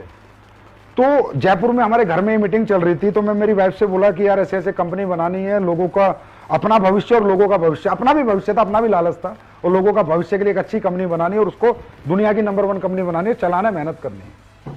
तो मेरी वाइफ ने कहा ठीक है आप एग्जीक्यूट करो, खोल लो। तो मैंने मेरी वाइफ से कहा कि यार देख, जयपुर में नहीं बात बनेगी, मैं कंपनी दिल्ली खोलूंगा। तो वो एकदम शॉक्ड हो गई, बोली आप दिल्ली क्यों खोलोगे? मैंने कहा यार अगर मैंने जयपुर में कंपनी खोली तो कहीं ना कहीं एक जिम्मेदार पति के नाते तेरे सारे काम करने पड़ेंगे, और जिम्मेदार पिता के नाते बच्चों की मीटिंग वीटिंग ये वो फलाना ढिमका जाना पड़ेगा। और ये कंपनी नहीं है, लोगों की लाइफ लाइन होती है। MLM कंपनी नहीं होती, लोगों की जिंदगी होती है। क्योंकि लोग बहुत बड़े सपने लेके सर यहाँ आते हैं, बहुत बड़ा भविष्य यहाँ देखते हैं। कंपनी की छोटी सी गलती पे उनका भविष्य खत्म हो सकता है। तो मैंने कहा मेरी वाइफ से, उसका नाम पूनम है, मैं पूनम, या तो मैं एक काम शुरू नहीं करूंगा, करूंगा ना तो पूरा पागलपन से करूंगा, पूरा डेडिकेशन से करूंगा। मैं लोगों की जिंदगी से खिलवाड़ नहीं कर सकता। 2 साल चलाई बंद कर दी, 3 साल चलाई बंद कर दी, और अपने ऊपर एक धब्बा लेके अपना जीवन नहीं जी सकता। मैं पूरी मेहनत करूंगा, बाकी भगवान जाने जो होगा। तो मेरी वाइफ ने कहा ओके, पहले तुम कहते थे जब तुमने नेटवर्किंग शुरू करी डार्लिंग 3 साल की बात है, फिर पैसिव इनकम। अब 7 साल हो गए थे, फिर बोलते डार्लिंग 3 साल की बात है, पैसिव इनकम। अब उस टाइम पे हो गए थे महिपाल जी 2014 में मुझे 7 साल, सारा टाइम मिला के बोला अब पैसिव इनकम, अब तो साथ रहो, 7 साल से तो आप मेरे साथ नहीं हो। मैंने कहा बस 5-6 साल और दे दें फिर पैसिव इनकम, एक डेट और दे दी। एक डेट और दे दी। तो उसके बाद से हमने कंपनी दिल्ली खोली, क्योंकि दिल्ली में ट्रांसपोर्टेशन अच्छा था, लोगों का रीच ऑफिस के लिए अच्छा था, सुविधाएं अच्छी थी। और उसके बाद ना मुझे दिन रात काम करने का मौका मिल गया। और मुझे ही नहीं, मेरे साथी जो डायरेक्टर है अमित जी और मामचंद जी, इनके 20 बच्चे भी छुड़वा दिए। मगर बेटा तुम भी अपने 20 बच्चे दूर रखो, 3 साल तक तो कोई 20 बच्चे लाएगा ही नहीं कम से कम। हर आदमी रात के 2-2 बजे तक काम करेगा, 4-4 बजे तक काम करेगा, दिन रात काम करेगा। बीवी को बोला अब जिम्मेदारी तुम संभालो, हम कंपनी संभालते हैं। तो थैंक्स टू ऐसा परिवार, ऐसे बीवी बच्चे भाई, जिसकी वजह से आज मैं दिल्ली में रहता हूं सर। महीने में 1 दिन अपने घर जाता हूं। पिछले 6 साल से ये हालत है, कभी कभी 3 महीने में जाता हूं। तो मैं तो थैंक यू करूंगा मेरी फैमिली को। आप बहुत सारे लोगों ने अपना जिंदगी, अपना कैरियर एसलीपीएस वेलनेस के साथ लगा रखा है। एसलीपीएस वेलनेस के फाइटर के लिए कोई मैसेज देना चाहेंगे? हाँ, एसलीपीएस के फाइटर्स, आपके लिए मेरा सबसे अच्छा मैसेज ये है कि हम अच्छे प्रोडक्ट अभी कुछ लॉन्च करने वाले हैं आप सबके लिए। आप लोग दिल से, निष्ठा से, ईमानदारी से काम करें। अपने मन में नेगेटिव क्वेश्चन ना आने दें। इसलिए आज मैं आपके सामने बैठा हूं रूबरू। भाई नेगेटिव क्वेश्चन ना आने दें। अगर कोई भी नेगेटिव हो ना, कभी भी मुझसे पूछे, महिपाल सर से पूछे, किसी से भी पूछे, खुद को नेगेटिव ना होने दें। क्योंकि नेगेटिव आदमी पॉजिटिव जिंदगी नहीं जी सकता। शारीरिक दुख दे खुद को, शारीरिक खूब मेहनत करें, मानसिक सुख तभी मिलेगा। आप लोगों के पास जाते, लोग आपके पास नहीं आते। एक बंदे का एक सवाल आया था कि सर लोग नहीं आते, मैं भी पढ़ रहा था। हम लोगों को समझाते भाई नहीं आएंगे। जिन लोगों को, सालों को लिपस्टिक लगा के पूरे दिन कुर्सी पे बैठने का शौक है ना, एसी की हवा में, वो लोग नहीं आएंगे। जो परिवर्तन कर सकता है, तड़प सकता है, धूप में तप सकता है ना, वो नेटवर्किंग करता है। एक बात बता देता हूं, नेटवर्किंग खेल नहीं बच्चों का, तेल निकल जाता है अच्छों का। तो हर आदमी नेटवर्किंग नहीं करता। अब सोचो तुम्हारे यहां पर, हमारे ऑफिस में चेक बनाते हैं लड़के लड़की तुम्हारे 2-2 लाख के, 1.5 लाख के, 25 लाख के। उनकी तनख्वाह 15,000 है। 94 लाख तक के भी। 94 लाख तक के उनकी तनख्वाह 15,000 है। क्यों? क्योंकि सुबह आते हैं लिपस्टिक लगा के 10 बजे, फिर आके यहाँ चेयर पे बैठते हैं, कंप्यूटर के सामने टक टक टक टक, एसी चल रहा है, चले जाते हैं। जो शरीर को कष्ट नहीं देना चाहते, अपने बच्चों के सपने, अपने परिवार के लिए खुद को तड़पाना नहीं चाहते, वो नेटवर्किंग नहीं करते। जो मतलबी सेल्फिश लोग होते हैं, सिर्फ अपना आराम, अपना सुख देखते हैं, वो नेटवर्किंग नहीं करते। और जो अपनों का सुख देखते हैं दोस्तों, वो नेटवर्किंग करते हैं, शरीर को कष्ट देते हैं। तो नेटवर्किंग वही लोग करेंगे जिनको शरीर को कष्ट दे सकते हैं। तो मेरा एक मैसेज है, शारीरिक दुख दो खुद को अगले 4-5 साल, जीवन भर सुखी रहो। दूसरा, नेगेटिव खुद को होने मत दो। अपलाइन जो बोले वो करो, ब्लाइंड बिलीव करो अपने अपलाइन पर। और हिंदुस्तान में नहीं, मैं पूरे विश्व की गारंटी लेता हूं, बेस्ट टॉप लीडरशिप एसलीपीएस के पास है। और उसके बाद आपके लिए हम एक प्रोडक्ट ये बना दिया, वायरल डॉक। एक अच्छा प्रोडक्ट बनाया आपके लिए, जो अभी कोरोना काल चल रहा है उसमें काफी इफेक्टिव है, काफी फायदा, हाँ काफी फायदा देगा लोगों को। वायरल डॉग है, वायरल डॉग बहुत फायदा देगा लोगों को। भगवान ने चाहा तो जो इसे पिएगा उसको वो वायरस हो ही ना, ऐसा हो सकता है, बाकी ऊपर वाला चाहेगा। बहुत मेहनत करी है, तभी 3 महीने में निकाल पाया हूं। इस पे R&D बहुत हुई है, बहुत मेहनत हुई है। और अच्छे नए प्रोडक्ट हम आपके लिए लेके आ रहे हैं। हैंड सैनिटाइजर हम लेके आ रहे हैं। मार्केट, अब लोग कहते हैं ना सस्ता, जब मुझे लगता है कि देश का कोई ऐसा प्रोडक्ट जिसपे मुझे प्लान व्लान में पैसा भी नहीं बांटना, जिसमें मुझे सिर्फ लोगों की जरूरत पूरी करनी है। सैनिटाइजर बताता हूं, 500 ml का सैनिटाइजर ला रहा हूं 240 रुपए में, 240 रुपए में। अरे बात सस्ते महंगे की नहीं होती, बात इथिक्स की होती है, प्रिंसिपल की होती है। अगर मैं कुछ ला सकता हूं तो लाऊंगा। साबुन ला रहा हूं आपके लिए, ऐसी साबुन एक बार नहाओगे ना बेटा तो दोबारा दूसरी साबुन यूज नहीं करोगे, नहीं करोगे, नहीं करोगे। ये मैं बोल रहा हूं, जब आ जाएगी तब मैं दिखा दूंगा। वही पेस्ट और तुलसी वाला हाल होगा। उसके बाद इम्यूनिटी ड्रॉप ला रहा हूं, चलते फिरते कहीं भी इम्यूनिटी ड्रॉप ले लो, आपकी इम्यून सिस्टम को बहुत इनहेंस करेगी। च्यवनप्राश ला रहे हैं कंपनी का, हर्बल मेहंदी ला रहे हैं। तो ऐसे बहुत से प्रोडक्ट है महिपाल जी जो हम अगले 1 महीने में लॉन्च कर देंगे। सुपर प्रोडक्ट लेके आ रहे हैं।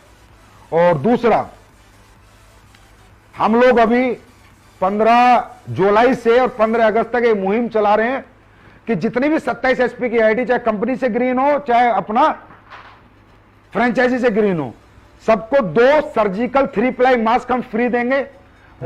हाँ फ्री। और 52 एसपी पे 3 मास्क फ्री देंगे और 100 एसपी पे 5 मास्क फ्री देंगे। ये फर्स्ट परचेज में भी और रीपरचेज पे भी। और फ्री देते जाएंगे 15 जुलाई से 15 अगस्त और 15 अगस्त से 15 सितंबर तक। Hand sanitiser 27 SP 25 ml free lifetime, मतलब जब तक ये चलता रहेगा कोरोना काल, मतलब तब तक चलती रहेंगी चीजें। 52 एसपी 50 ml और 100 एसपी को 100 ml हैंड सैनिटाइजर 15 अगस्त से 15 सितंबर तक फ्री देंगे। फिर 15 सितंबर से 15 अक्टूबर तक मास्क फ्री देंगे, फिर 15 अक्टूबर से 15 नवंबर तक सैनिटाइजर फ्री देंगे, फिर 15 नवंबर से 15 दिसंबर मास्क फ्री देंगे, फिर 15 दिसंबर 15 जनवरी तक सैनिटाइजर फ्री देंगे। वो इसलिए क्योंकि जरूरत है लोगों को। सर एक लास्ट सवाल रह गया मेरा, और बहुत खूबसूरत सवाल है, आलोक शर्मा जी उन्होंने पूछा है। आज युवा ही देश का भविष्य है। आने वाले टाइम में देश कहां जाएगा ये आज के युवाओं पे निर्भर करता है, उनकी सोच क्या है और किस सोच के साथ, क्योंकि बनाने वाले वही है। आलोक शर्मा जी ने ये पूछा है सर कि क्या कोई स्टूडेंट डायरेक्ट सेलिंग में अपना करियर लगा सकता है और वो अपना फ्यूचर शेप समझ सकता है? मैं ये कहता हूं कि स्टूडेंट को ही लगाना चाहिए, स्टूडेंट को ही जरूरत है, क्योंकि आज का जो एजुकेशन सिस्टम है वो आपको पता है किस तरीके से है, कैसे चल रहा है। स्टूडेंट का भविष्य पूरी जिंदगी उसके सामने पड़ी है। और आज 40 साल का आदमी कैरियर लगा रहा है ना, वो कैरियर नहीं है, वो तो बेचारा ठीक है, जो 20 साल बच रहे थोड़ा ठीक ठाक जिंदगी जीने के लिए आ रहा है। एक स्टूडेंट को कैरियर लगाना चाहिए। स्टूडेंट की एनर्जी, स्टूडेंट का टैलेंट, स्टूडेंट की क्रिएटिविटी, स्टूडेंट की मेंटलिटी, स्टूडेंट का पैशन, स्टूडेंट के पावर, स्टूडेंट के पास जो कुछ है, जो हमारे युवाओं के पास है, वो बूढ़ों के पास थोड़ी होगा। युवा तो देश का आने वाला भविष्य है। और मैं कहूंगा हर एक युवा से एक बार अपने आप को डायरेक्ट सेलिंग का मौका दो। मैं नहीं कहता बार बार, एक बार मौका दो, एक बार 6 महीने टिको। आपको जो हमारी इंडस्ट्री देगी ना दोस्तों, कहीं से नहीं मिलेगा। हम पर्सनालिटी डेवलपमेंट देंगे, स्किल डेवलपमेंट देंगे, सेलिंग डेवलपमेंट देंगे, मेंटल डेवलपमेंट देंगे। हम आपको ऐसा बना सकती है इंडस्ट्री, जैसा आप बड़े से लंदन से पढ़ के आओ ना, ऑक्सफोर्ड से, तो नहीं बन सकते। आप किसी अच्छी डायरेक्ट सेलिंग कंपनी में अगर डायरेक्ट सेलिंग की पढ़ाई कर लो ना, तो इतना इनहेंस कर जाओगे अपने आप को कि आप देश के प्रधानमंत्री तक बनने का जज्बा आपके अंदर आ जाएगा। ये हमारी एजुकेशन है, ये हमारा परिवार है, ये हमारा एटमोस्फेयर है। तो हर स्टूडेंट को मैं कहूंगा भाई हमेशा पहले करके देखो तो सही यार, एक मौका दो। अगर जमती है तो रुकना, नहीं तो फिर निकल जाना।